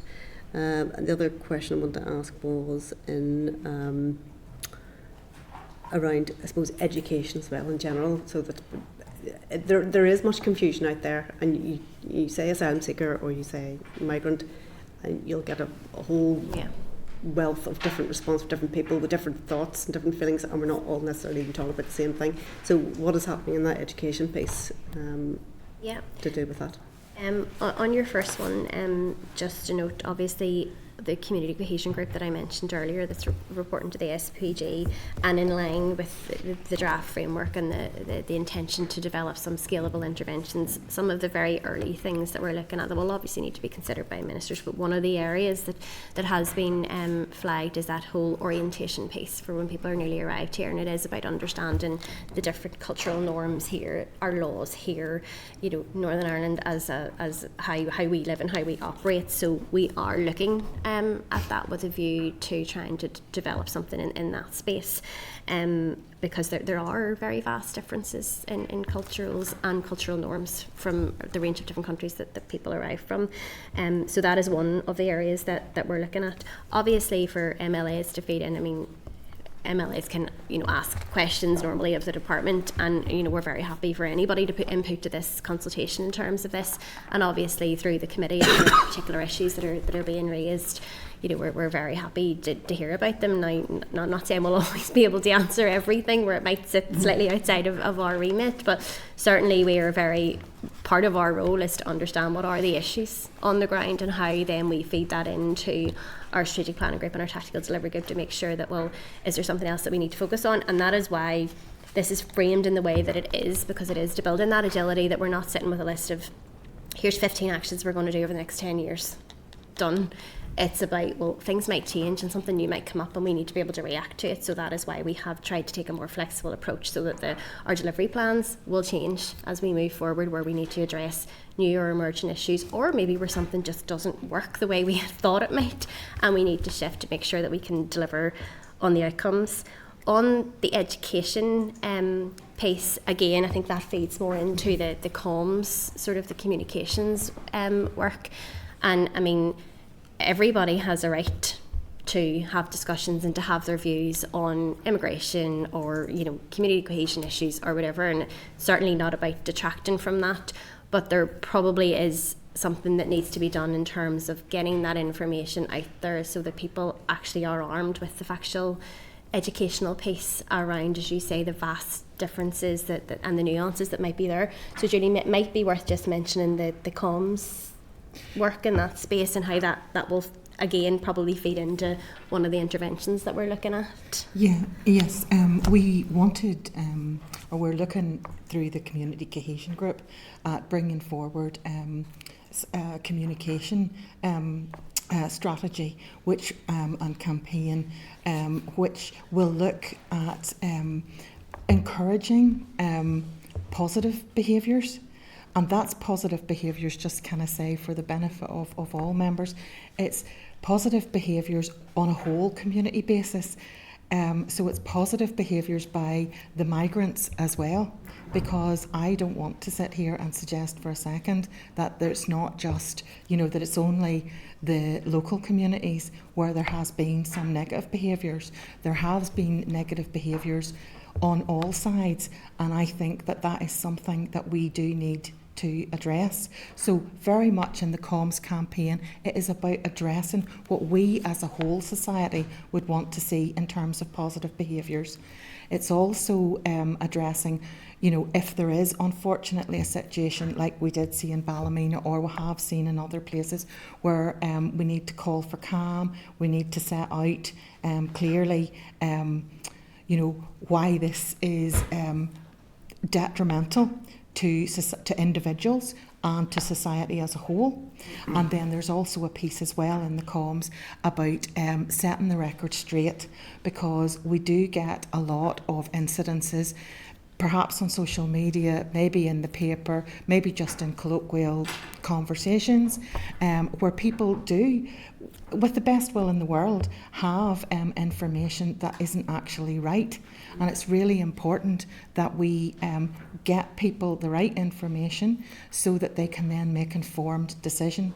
And that's not about whitewashing anything or covering over anything. It is just about setting the record straight so that we're really honest and open with people so that they have the right information. And that is why we had put under that primary intervention number 3 there, which is about the communications strategy. So it will have a number of different elements to it to make sure that, people are informed and have that basic educational sort of understanding piece right across the board. Thank you. I think it is really important, because the best will in the world, the majority of people are perfectly reasonable, good individuals who want to be treated the same and to be treated in the same fashion. But I think there is absolutely a nervousness around language and politically correct language, and it leads to people either not speaking at all and just keeping their concerns internally or keeping it very private. And I think that's risky then when it can all get out of control. I actually met with some groups before on the back of the initial unrest 2024, and I mean, and they were very open in saying, like, we didn't know this. So, when you're talking about the different ways people come here and all that, they were like, but we didn't know that, the different cultural norms. There wasn't that level of knowledge. So how, again, it comes back to them, how can they be expected to know that if nobody's ever told them? So there is that element of it that we've seen coming through in some of the engagement that we had. Yes. And also if people feel that they can't actually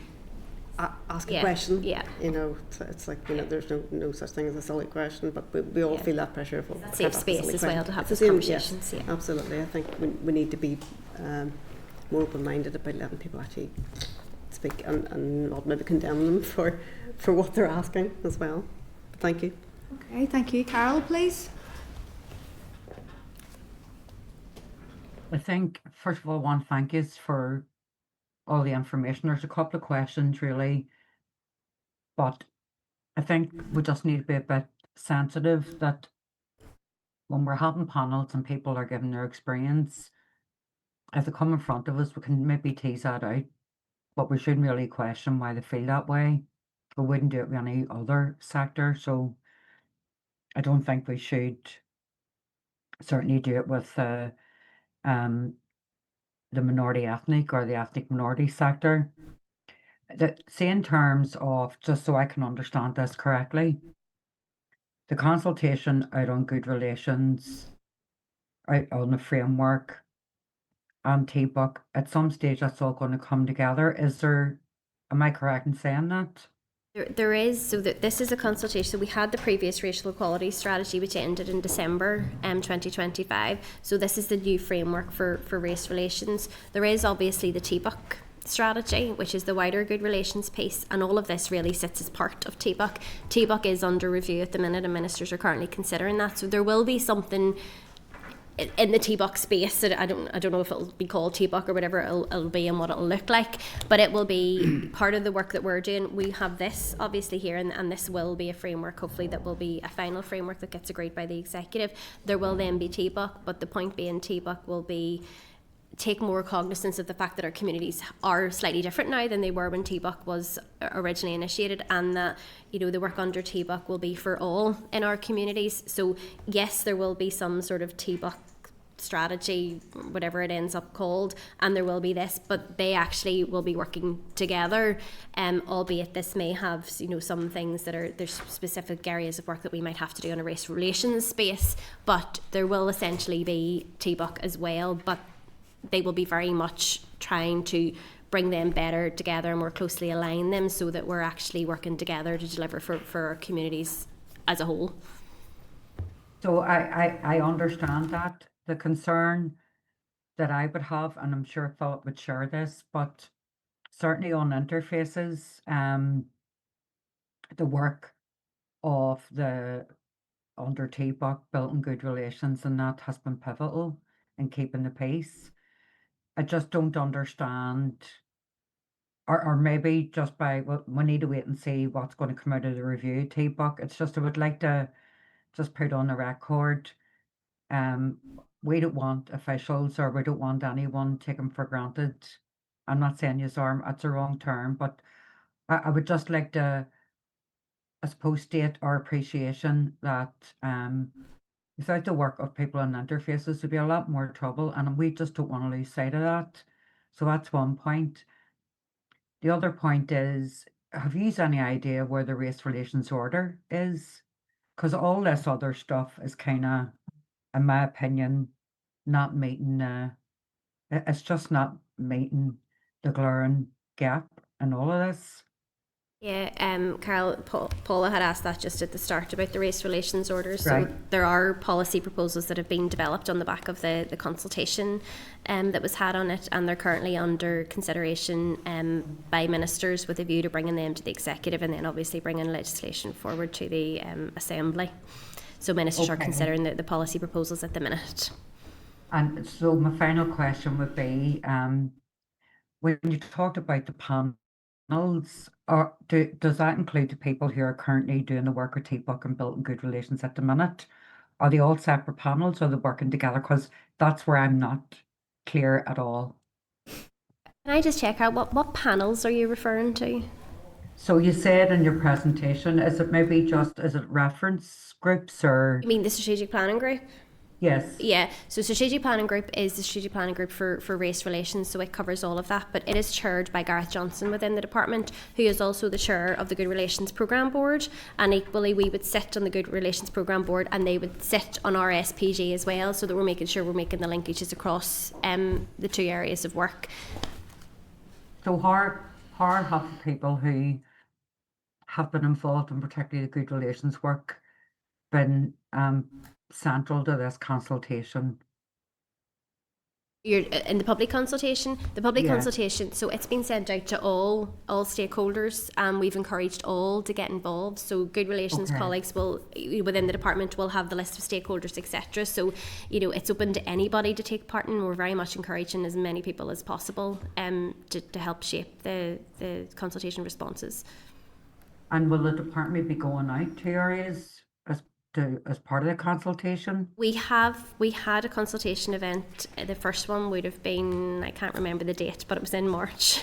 Yeah. And then there are a number of other ones that are being led by other organisations, but that we are part of as well. So there's a range of them run right through until the end of May. That sort of partner voluntary and community sector organisations are holding, like they're organising on our behalf, but we are there in partnership with them to help to do the consultation event. Okay, thank you. Okay, Carol, thank you very much, and thank you to the panel. I think that's everybody's got asking questions. A lot of work ahead of you. I would really appreciate if you could keep the committee updated, even if it's just rewritten updates. That'd be very good. And I say we will be responding as a committee, but it'll probably be closer to the date of that the consultation ends, so that we'll get an opportunity to speak to stakeholders. But thank you for now. Yes, thank you. Okay, members, I'm very conscious that we haven't met for between recess and our site visit last week, and there's quite a lot of correspondence to get through. So we have two options. Oh, sorry. Okay, sorry. Okay. Well, apologies, pause a little second, sorry. Where am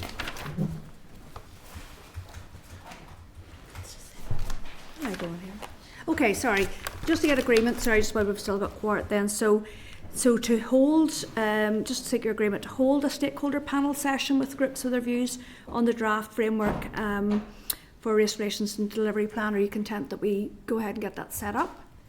And also then, if that's okay, then for the committee team to bring back a suggested list of groups for the committee to consider during next week's strategic planning session. Agreed? Okay, so just as I was indicating there, so we have a lot of correspondence to get through. There's only 5 of us left. I'm just wondering, Are people okay for 10 minutes or so, and then we'll not have to defer it? Okay. Okay, do you want a 5-minute break, or do you want to rattle through? No, let's go. Okay, let's go. Okay, members, for correspondence, I'm going to refer you to pages 191 to 206 of your pack for the summary of committee correspondence, and I just want to draw your attention to several items. 7.2, Department for Communities, New Foundations Pilot Scheme. I'm going to refer you to pages 208 to 210 of the pack. Just to advise that the committee has received a response from the Department for Communities to the committee's correspondence of the 6th of March this year regarding the New Foundations Pilot Scheme. DFC has outlined that the Housing Executive is happy to consider working with any relevant statutory agencies to enable data capture for victims and survivors to avoid re-traumatisation across statutory agencies. So just to advise, however, that the Housing Executive has advised that any sharing of personal data, including special category data, would be subject to establishing an appropriate legal gateway and lawful basis / special category condition, and the setting up of a data sharing agreement as appropriate. So I'm just going to seek your agreement to note this item and agree to write to the Minister for Communities and to the Minister for Health to ask if they could explore the legal and operational requirements for a cross-agency data sharing framework, or to identify if there are any existing statutory powers that could be used to support improved service coordination for victims and survivors. So I very much welcome this. This was raised, I think, through a number of the victims groups because they don't want to have to keep retelling their story. So are members in agreement that we issue those two pieces of correspondence? Okay, thank you. Okay, so 710, this is correspondence from an individual regarding political party memorabilia. So I'm going to refer you to pages 319 to 320 of the pack. Just to advise that the committee has received correspondence from an individual in relation to memorabilia at, I can't say the word, at a recent TUV party conference. It's in your pack there. I haven't spoken publicly about this, and I intend to draw a line under it. But I would like to place on record my thanks to the lady who wrote to the committee and also to others who have reached out to me over the matter of this pen. So we're just going to seek your agreement to note this item and to agree to respond to the individual outlining that any issues regarding a party conference should be raised with the relevant political parties directly. Agreed? Agreed. Okay, 7.16, Committee for Communities, Draft Irish Language and Ulster Scots Strategies. So I'm going to refer members to pages 339 to 341 of the meeting pack. And just to advise that the committee has received a response from the Committee for Communities to the committee's correspondence of the 20th of March 2026 requesting an update on any information they have received from DFC regarding the draft Irish language strategy and the draft Ulster Scots strategy. So just to advise that the Committee for Communities has advised that they continue to monitor the progress of both strategies closely, but has received no documentation nor papers in relation to either strategy. So just to remind that the committee wrote to the department on the 20th of March this year to ask for an update on the draft strategies, as both are executive priorities, and the committee awaits a response. So I'm just going to seek your agreement to note these items and agree to forward the drafting notes from supplied to the committee and the Hansards of the oral evidence sessions of the Office of Identity and Cultural Expression, the Irish Language Commissioner and the Commissioner for Ulster Scots and Ulster British Tradition from the oral briefing on the 18th of March this year to the Committee for Communities. Agreed? Okay, so 7.21, Committee for Justice, the Criminal Justice Sentencing Bill. So I'm going to refer you to pages 351 to 352 of your pack. So just to advise that the committee has received correspondence from the Committee for Justice regarding its call for evidence for the Criminal Justice Sentencing Bill, and as that committee has launched its committee stage on the 30th of March this year. So a copy of the bill, EFM, and a copy of their call for evidence can be found within the correspondence. So I'm just going to seek your agreement to note this item and agree to write to the department to ask whether they have any views or comments on the bill and whether there are any implications or any role for TO arising from this bill. I suppose I think that is very important in terms of the hate crime aggravator within the bill. So are members content? Agreed. Yes, Chair, and also violence against women and girls as well. Yes, of course, thank you. Yeah. Actually, just on that then, so 7.22, so TO End of Violence Against Women and Girls Strategy and First Delivery Plan, and 7.42 TO Phase 2 of the Advance Against Women and Girls Delivery Plan. So I'm going to refer you to pages 353 to 383 and 469 to 497 of the meeting pack. So just to advise members that the committee has received a response from TO to the committee's correspondence of the 6th of March 2026 requesting further information following the Advance Against Women and Girls oral briefing from departmental officials. So just to advise that the development of the Power to Change Phase 2 is underway, and following feedback from the first phase, it will focus on younger males and misogyny. In the Education Authority, the Anti-Violence Against Women and Girls Youth Voice Partnership Programme, the Youth Panel Model 2024-25 was changed to a different approach of recruiting regional youth ambassadors 2025 to 2026 to engage youth voice across rural and urban communities. TO provided a technical transfer of £65,000 in 2025-26 to the Department of Education to fund the Education Authority programme. TO has also provided a breakdown of funding provided to all providers from the Violence Against Women and Girls budget. So just to advise that the committee has also received a response from TO to the committee's correspondence of the 27th of March this year regarding the End of Violence Against Women and Girls Strategic Framework and the Second Delivery Plan 2026 to 28 to implement the strategic framework for 2024 to 2031. This was approved by the Executive on the 26th of March 2026, and an event was held yesterday in the Stormont Hotel to publicly launch the Second Delivery Plan. So I was at that. I'm not sure whether people have received this Second Delivery Plan, but I wonder could we see if we could get copies of that for our members. It's quite good. It's quite a nice aid, but it was a really well attended event, and the panel discussion was particularly good. Was anybody else there? I was there. You were there. Do you want to say anything about it, Pam? Just it was good to see it. There's fantastic work obviously has been going on, and it's clearly continuing, and we just very much welcome it. So it'd be good to have that aid for other members. But it was very well attended, and I noted that the Deputy First Minister actually specifically thanked the press for being there and for their coverage of it, because it is really important that the message is made loud and clear, and that that good work continues. So welcome. Right, that was a good point she made. Okay, so just to advise, we've also included in the correspondence is the list of projects that are funded under both the Local Change Fund and the Regional Change Fund by council area, and the amount awarded to each organisation. Members will wish to discuss this further in the strategic planning session next week. So for now, I'm just going to seek your agreement to note these items and agree to write the department to ask that the findings from the first study on attitudes amongst young men and boys is forwarded to the committee upon completion. Agreed? Agreed. Okay, so 7.23, Minister for Education, the National Curriculum and Northern Ireland Troubles. So I'm just going to refer you to pages 384 to 387 of the meeting pack. Just to advise, the committee has received a response from the Minister for Education and Youth in Ireland to the committee's correspondence of the 17th of February 2026 requesting information on how its module on education relating to Northern Ireland Troubles in its curriculum as part of the Leaving Cert is being developed. So just to advise that the Minister has outlined that the draft specification for Leaving Certification history has been approved for public consultation and is currently open until the 1st of May 2026. So NCCA has also contacted schools to participate in school-based focus groups involving teachers, students and school leaders. A link to the consultation is included in the correspondence should any member wish to respond. So 7.25, First Minister and Deputy First Minister, Historical, Clerical, Child Abuse. So I'm going to refer you to pages 390 to 393 of your pack. Just to advise that the committee has received a response from the First Deputy First Minister to the committee's correspondence of the 12th of March this year regarding queries in relation to historical, clerical, childhood abuse.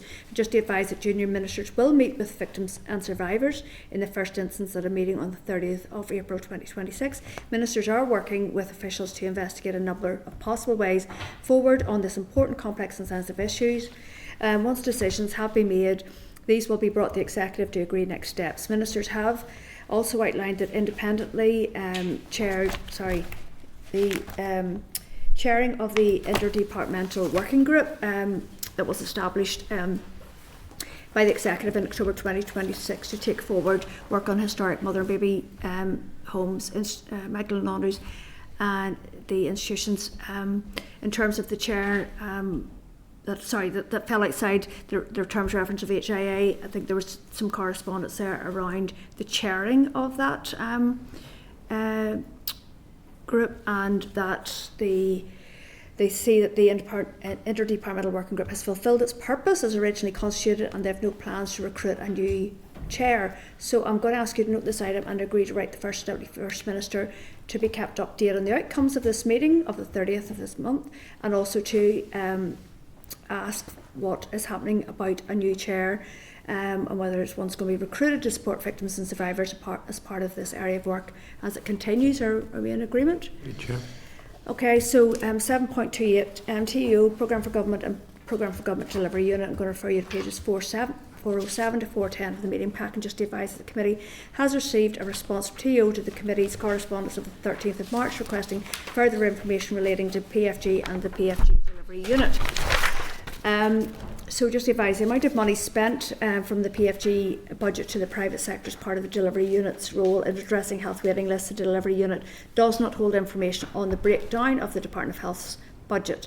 So just to advise that in relation to the breakdown requested for the £61 million funding from the Public Sector Transformation Fund provided to the Department of Health to support the expansion of multidisciplinary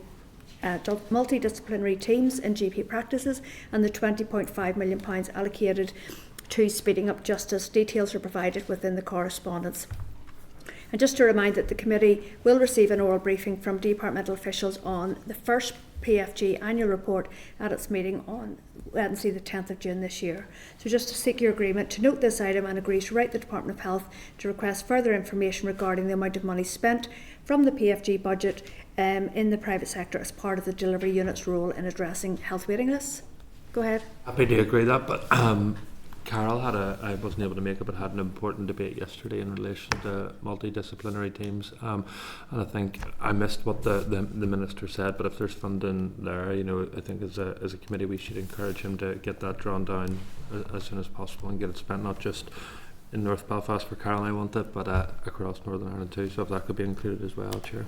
Okay, go ahead, Carol. I think you wanted in as well. Yeah, it was in the same issue. So there's just concerns around the amount of money it's handed back. It couldn't be spent under the banner of transformation. So if we could get a breakdown of that would be really good. The other thing in relation to the private sector in health and how that money's spent and no data on it, that seems to be a recurring problem that you and Pam would have had on health trying to get access to accurate data. Maybe it's to talk to the officials about that, but and then really what's happening with the multidisciplinary teams is that unless they have the space, they're not going to happen. They're not going to be rolled out in full, and that's going to disadvantage areas that are the most deprived. So it would be keen if we could even flag this up before the officials, so when they come, to have the information. Okay, thank you. I think we've taken a note of that. Is that okay? Okay, so was that everything? No, so I'm still going on to yeah. So it's just okay. So also then, just to note and agree to write the Department of Health to request further information regarding that issue about the amount of money spent from the PFG budget to the private sector as part of the delivery unit's role. Okay. So 7.40, Minister of Health, Commissioner for Survivors of Institutional Childhood Abuse. So I'm going to refer you to pages 457 to 464 of the meeting pack, and just to advise that the committee has received a response from the Minister of Health to the committee's correspondence on the 6th of March 2026 in relation to the work of COSIGA. So just to advise, the Department of Health supports Nexus NI to deliver a regional counselling service for adult victims and survivors of sexual abuse and violence. For children and young people, support is provided through a range of services commissioned by each trust, including child and adolescent mental health services, offering therapeutic interventions for mental health difficulties arising from experiences such as abuse. The Department of Health continues to work with key stakeholders to promote a joined-up approach to child protection, informed by research including the prevalence and impact of adverse childhood experiences in Northern Ireland, with further research proposals kept under review. Initial inquiries indicate that a central data repository capturing lifelong trauma experiences may be feasible through the existing Encompass system, although further assessment is required. The Minister is expected to discuss this further with Commissioner Fiona Ryan in the coming weeks. I'm just going to seek your agreement to note this item and agree to write the Department of Health to ask to be kept, the committee is kept up to date regarding the possibility of this central system following discussion with Commissioner Ryan. Agreed? Agreed. Okay, so I'm going to ask the clerk to read some other items onto the record. Thank you. Thanks, Chair. Just to start with item 7.3, response from TO to Committee's correspondence the 6th of March in relation to responsibilities of language commissioners. Item 7.5, Hansard report in relation to the Office of Identity and Cultural Expression and Language Commissioners on the 18th of March 2026. Item 7.6 from Home Office, response to informal invitation to brief the committee. Item 7.7, Committee for Finance, public expenditure outturn and forecast outturn for February 2026. Item 7.8, which is a copy of correspondence from an individual to the Speaker regarding the Irish Language Commissioner's evidence session with the committee. This was also emailed to members on the 26th of March. Item 7.9, a copy of correspondence from an individual sent to the Secretary of State, the First Minister and the Deputy First Minister in relation to the cost of home heating oil. Item 7.11, Committee for Communities, response regarding the Windsor Framework and wider EU issues. Members can consider any further action when responses are received from all statutory committees.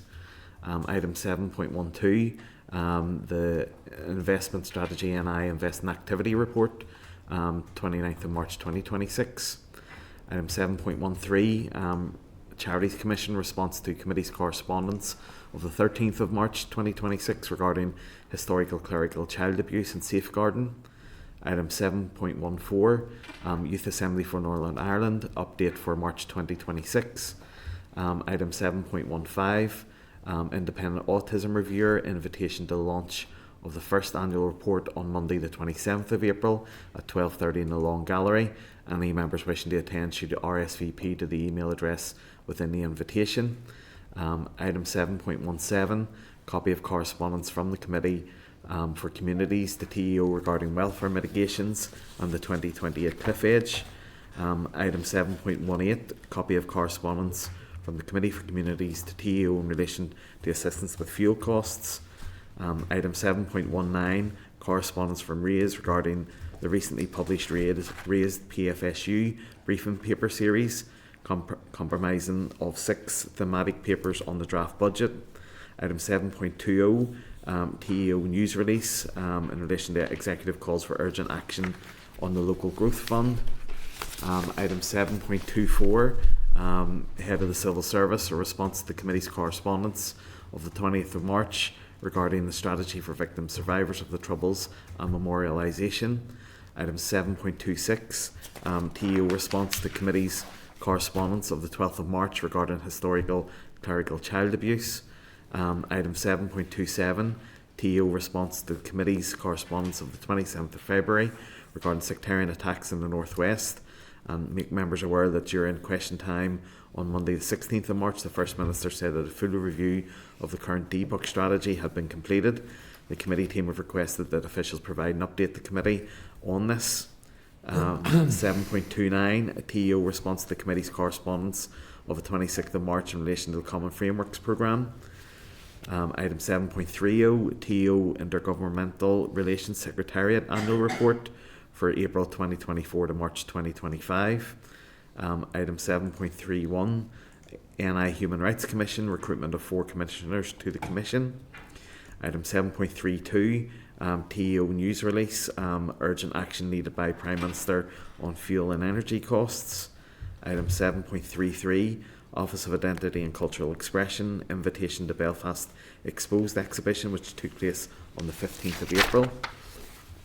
Item 7.34, correspondence from an individual regarding possible amendments to the Inquiry and Redress Scheme Bill. 7.35 to 7.37, the Minister of Health, Infrastructure and ERA responses to the Committee's correspondence of the 27th of March on ending violence against women and girls and updates on departmental work undertaken. Members can consider any further action when responses have been received from all departments. 7.3 to 7.39, Department for Infrastructure and Department of Justice, responses to committee's correspondence of 27th of March regarding implementation of the Armed Forces Covenant. Members can consider any further action when the responses are received from all departments. 7.41, Minister for Foreign Affairs and Trade, Republic of Ireland, response to the committee's correspondence of the 19th of January in relation to the Northern Ireland Troubles Bill. 7.43, TO news release on the appointment of Moira Doherty from interim TO permanent secretary to permanent secretary. Moira will provide an introductory briefing to members at its meeting on Wednesday the 6th of May. Okay, thank you. Everybody will be relieved to hear that. I just want to pick up on one point. I just want to put on record my thanks to Helen McEntee, the Minister for Foreign Affairs and Trade. I thought the response that we received back from her department, her office, was very thorough. I'm not sure whether we want to just note it for now. Well, we are noting it for now, but I'm very conscious of a lot of really good information there in terms of their legacy work. So maybe it's something we could pick up on the strategic planning next week. Is people agree? Okay, thank you. So draft forward work programme then, members, pages 500 to 502, and I'm going to ask the Assistant Clerk to talk through any issues or updates. Thank you. Thank you, Chair. So just in relation to next week's meeting, the committee will receive an oral briefing from the Veterans Commissioner on the Armed Forces Covenant and consider a written briefing from the Safeguarding Board. We will also consider an updated draft final report on our inquiry, and we will conduct our strategic planning session from today's session. I also just wanted to update members in relation to end of violence against women and girls. I know we discussed previously about inviting the PSNI and the Police Ombudsman. So if members would agree to hold a joint meeting with the Committee for Justice on those matters, we could get that arranged. Yep. Okay. Yep, that's good. Thank you. Thank you. That's everything, Chair. Okay, thank you. Any other business, members? No. Okay. So the date, time and place of next meeting is in this room 30, Wednesday the 29th of April at 2 p.m. The meeting is adjourned. Thank you. Committee Room 30, sound.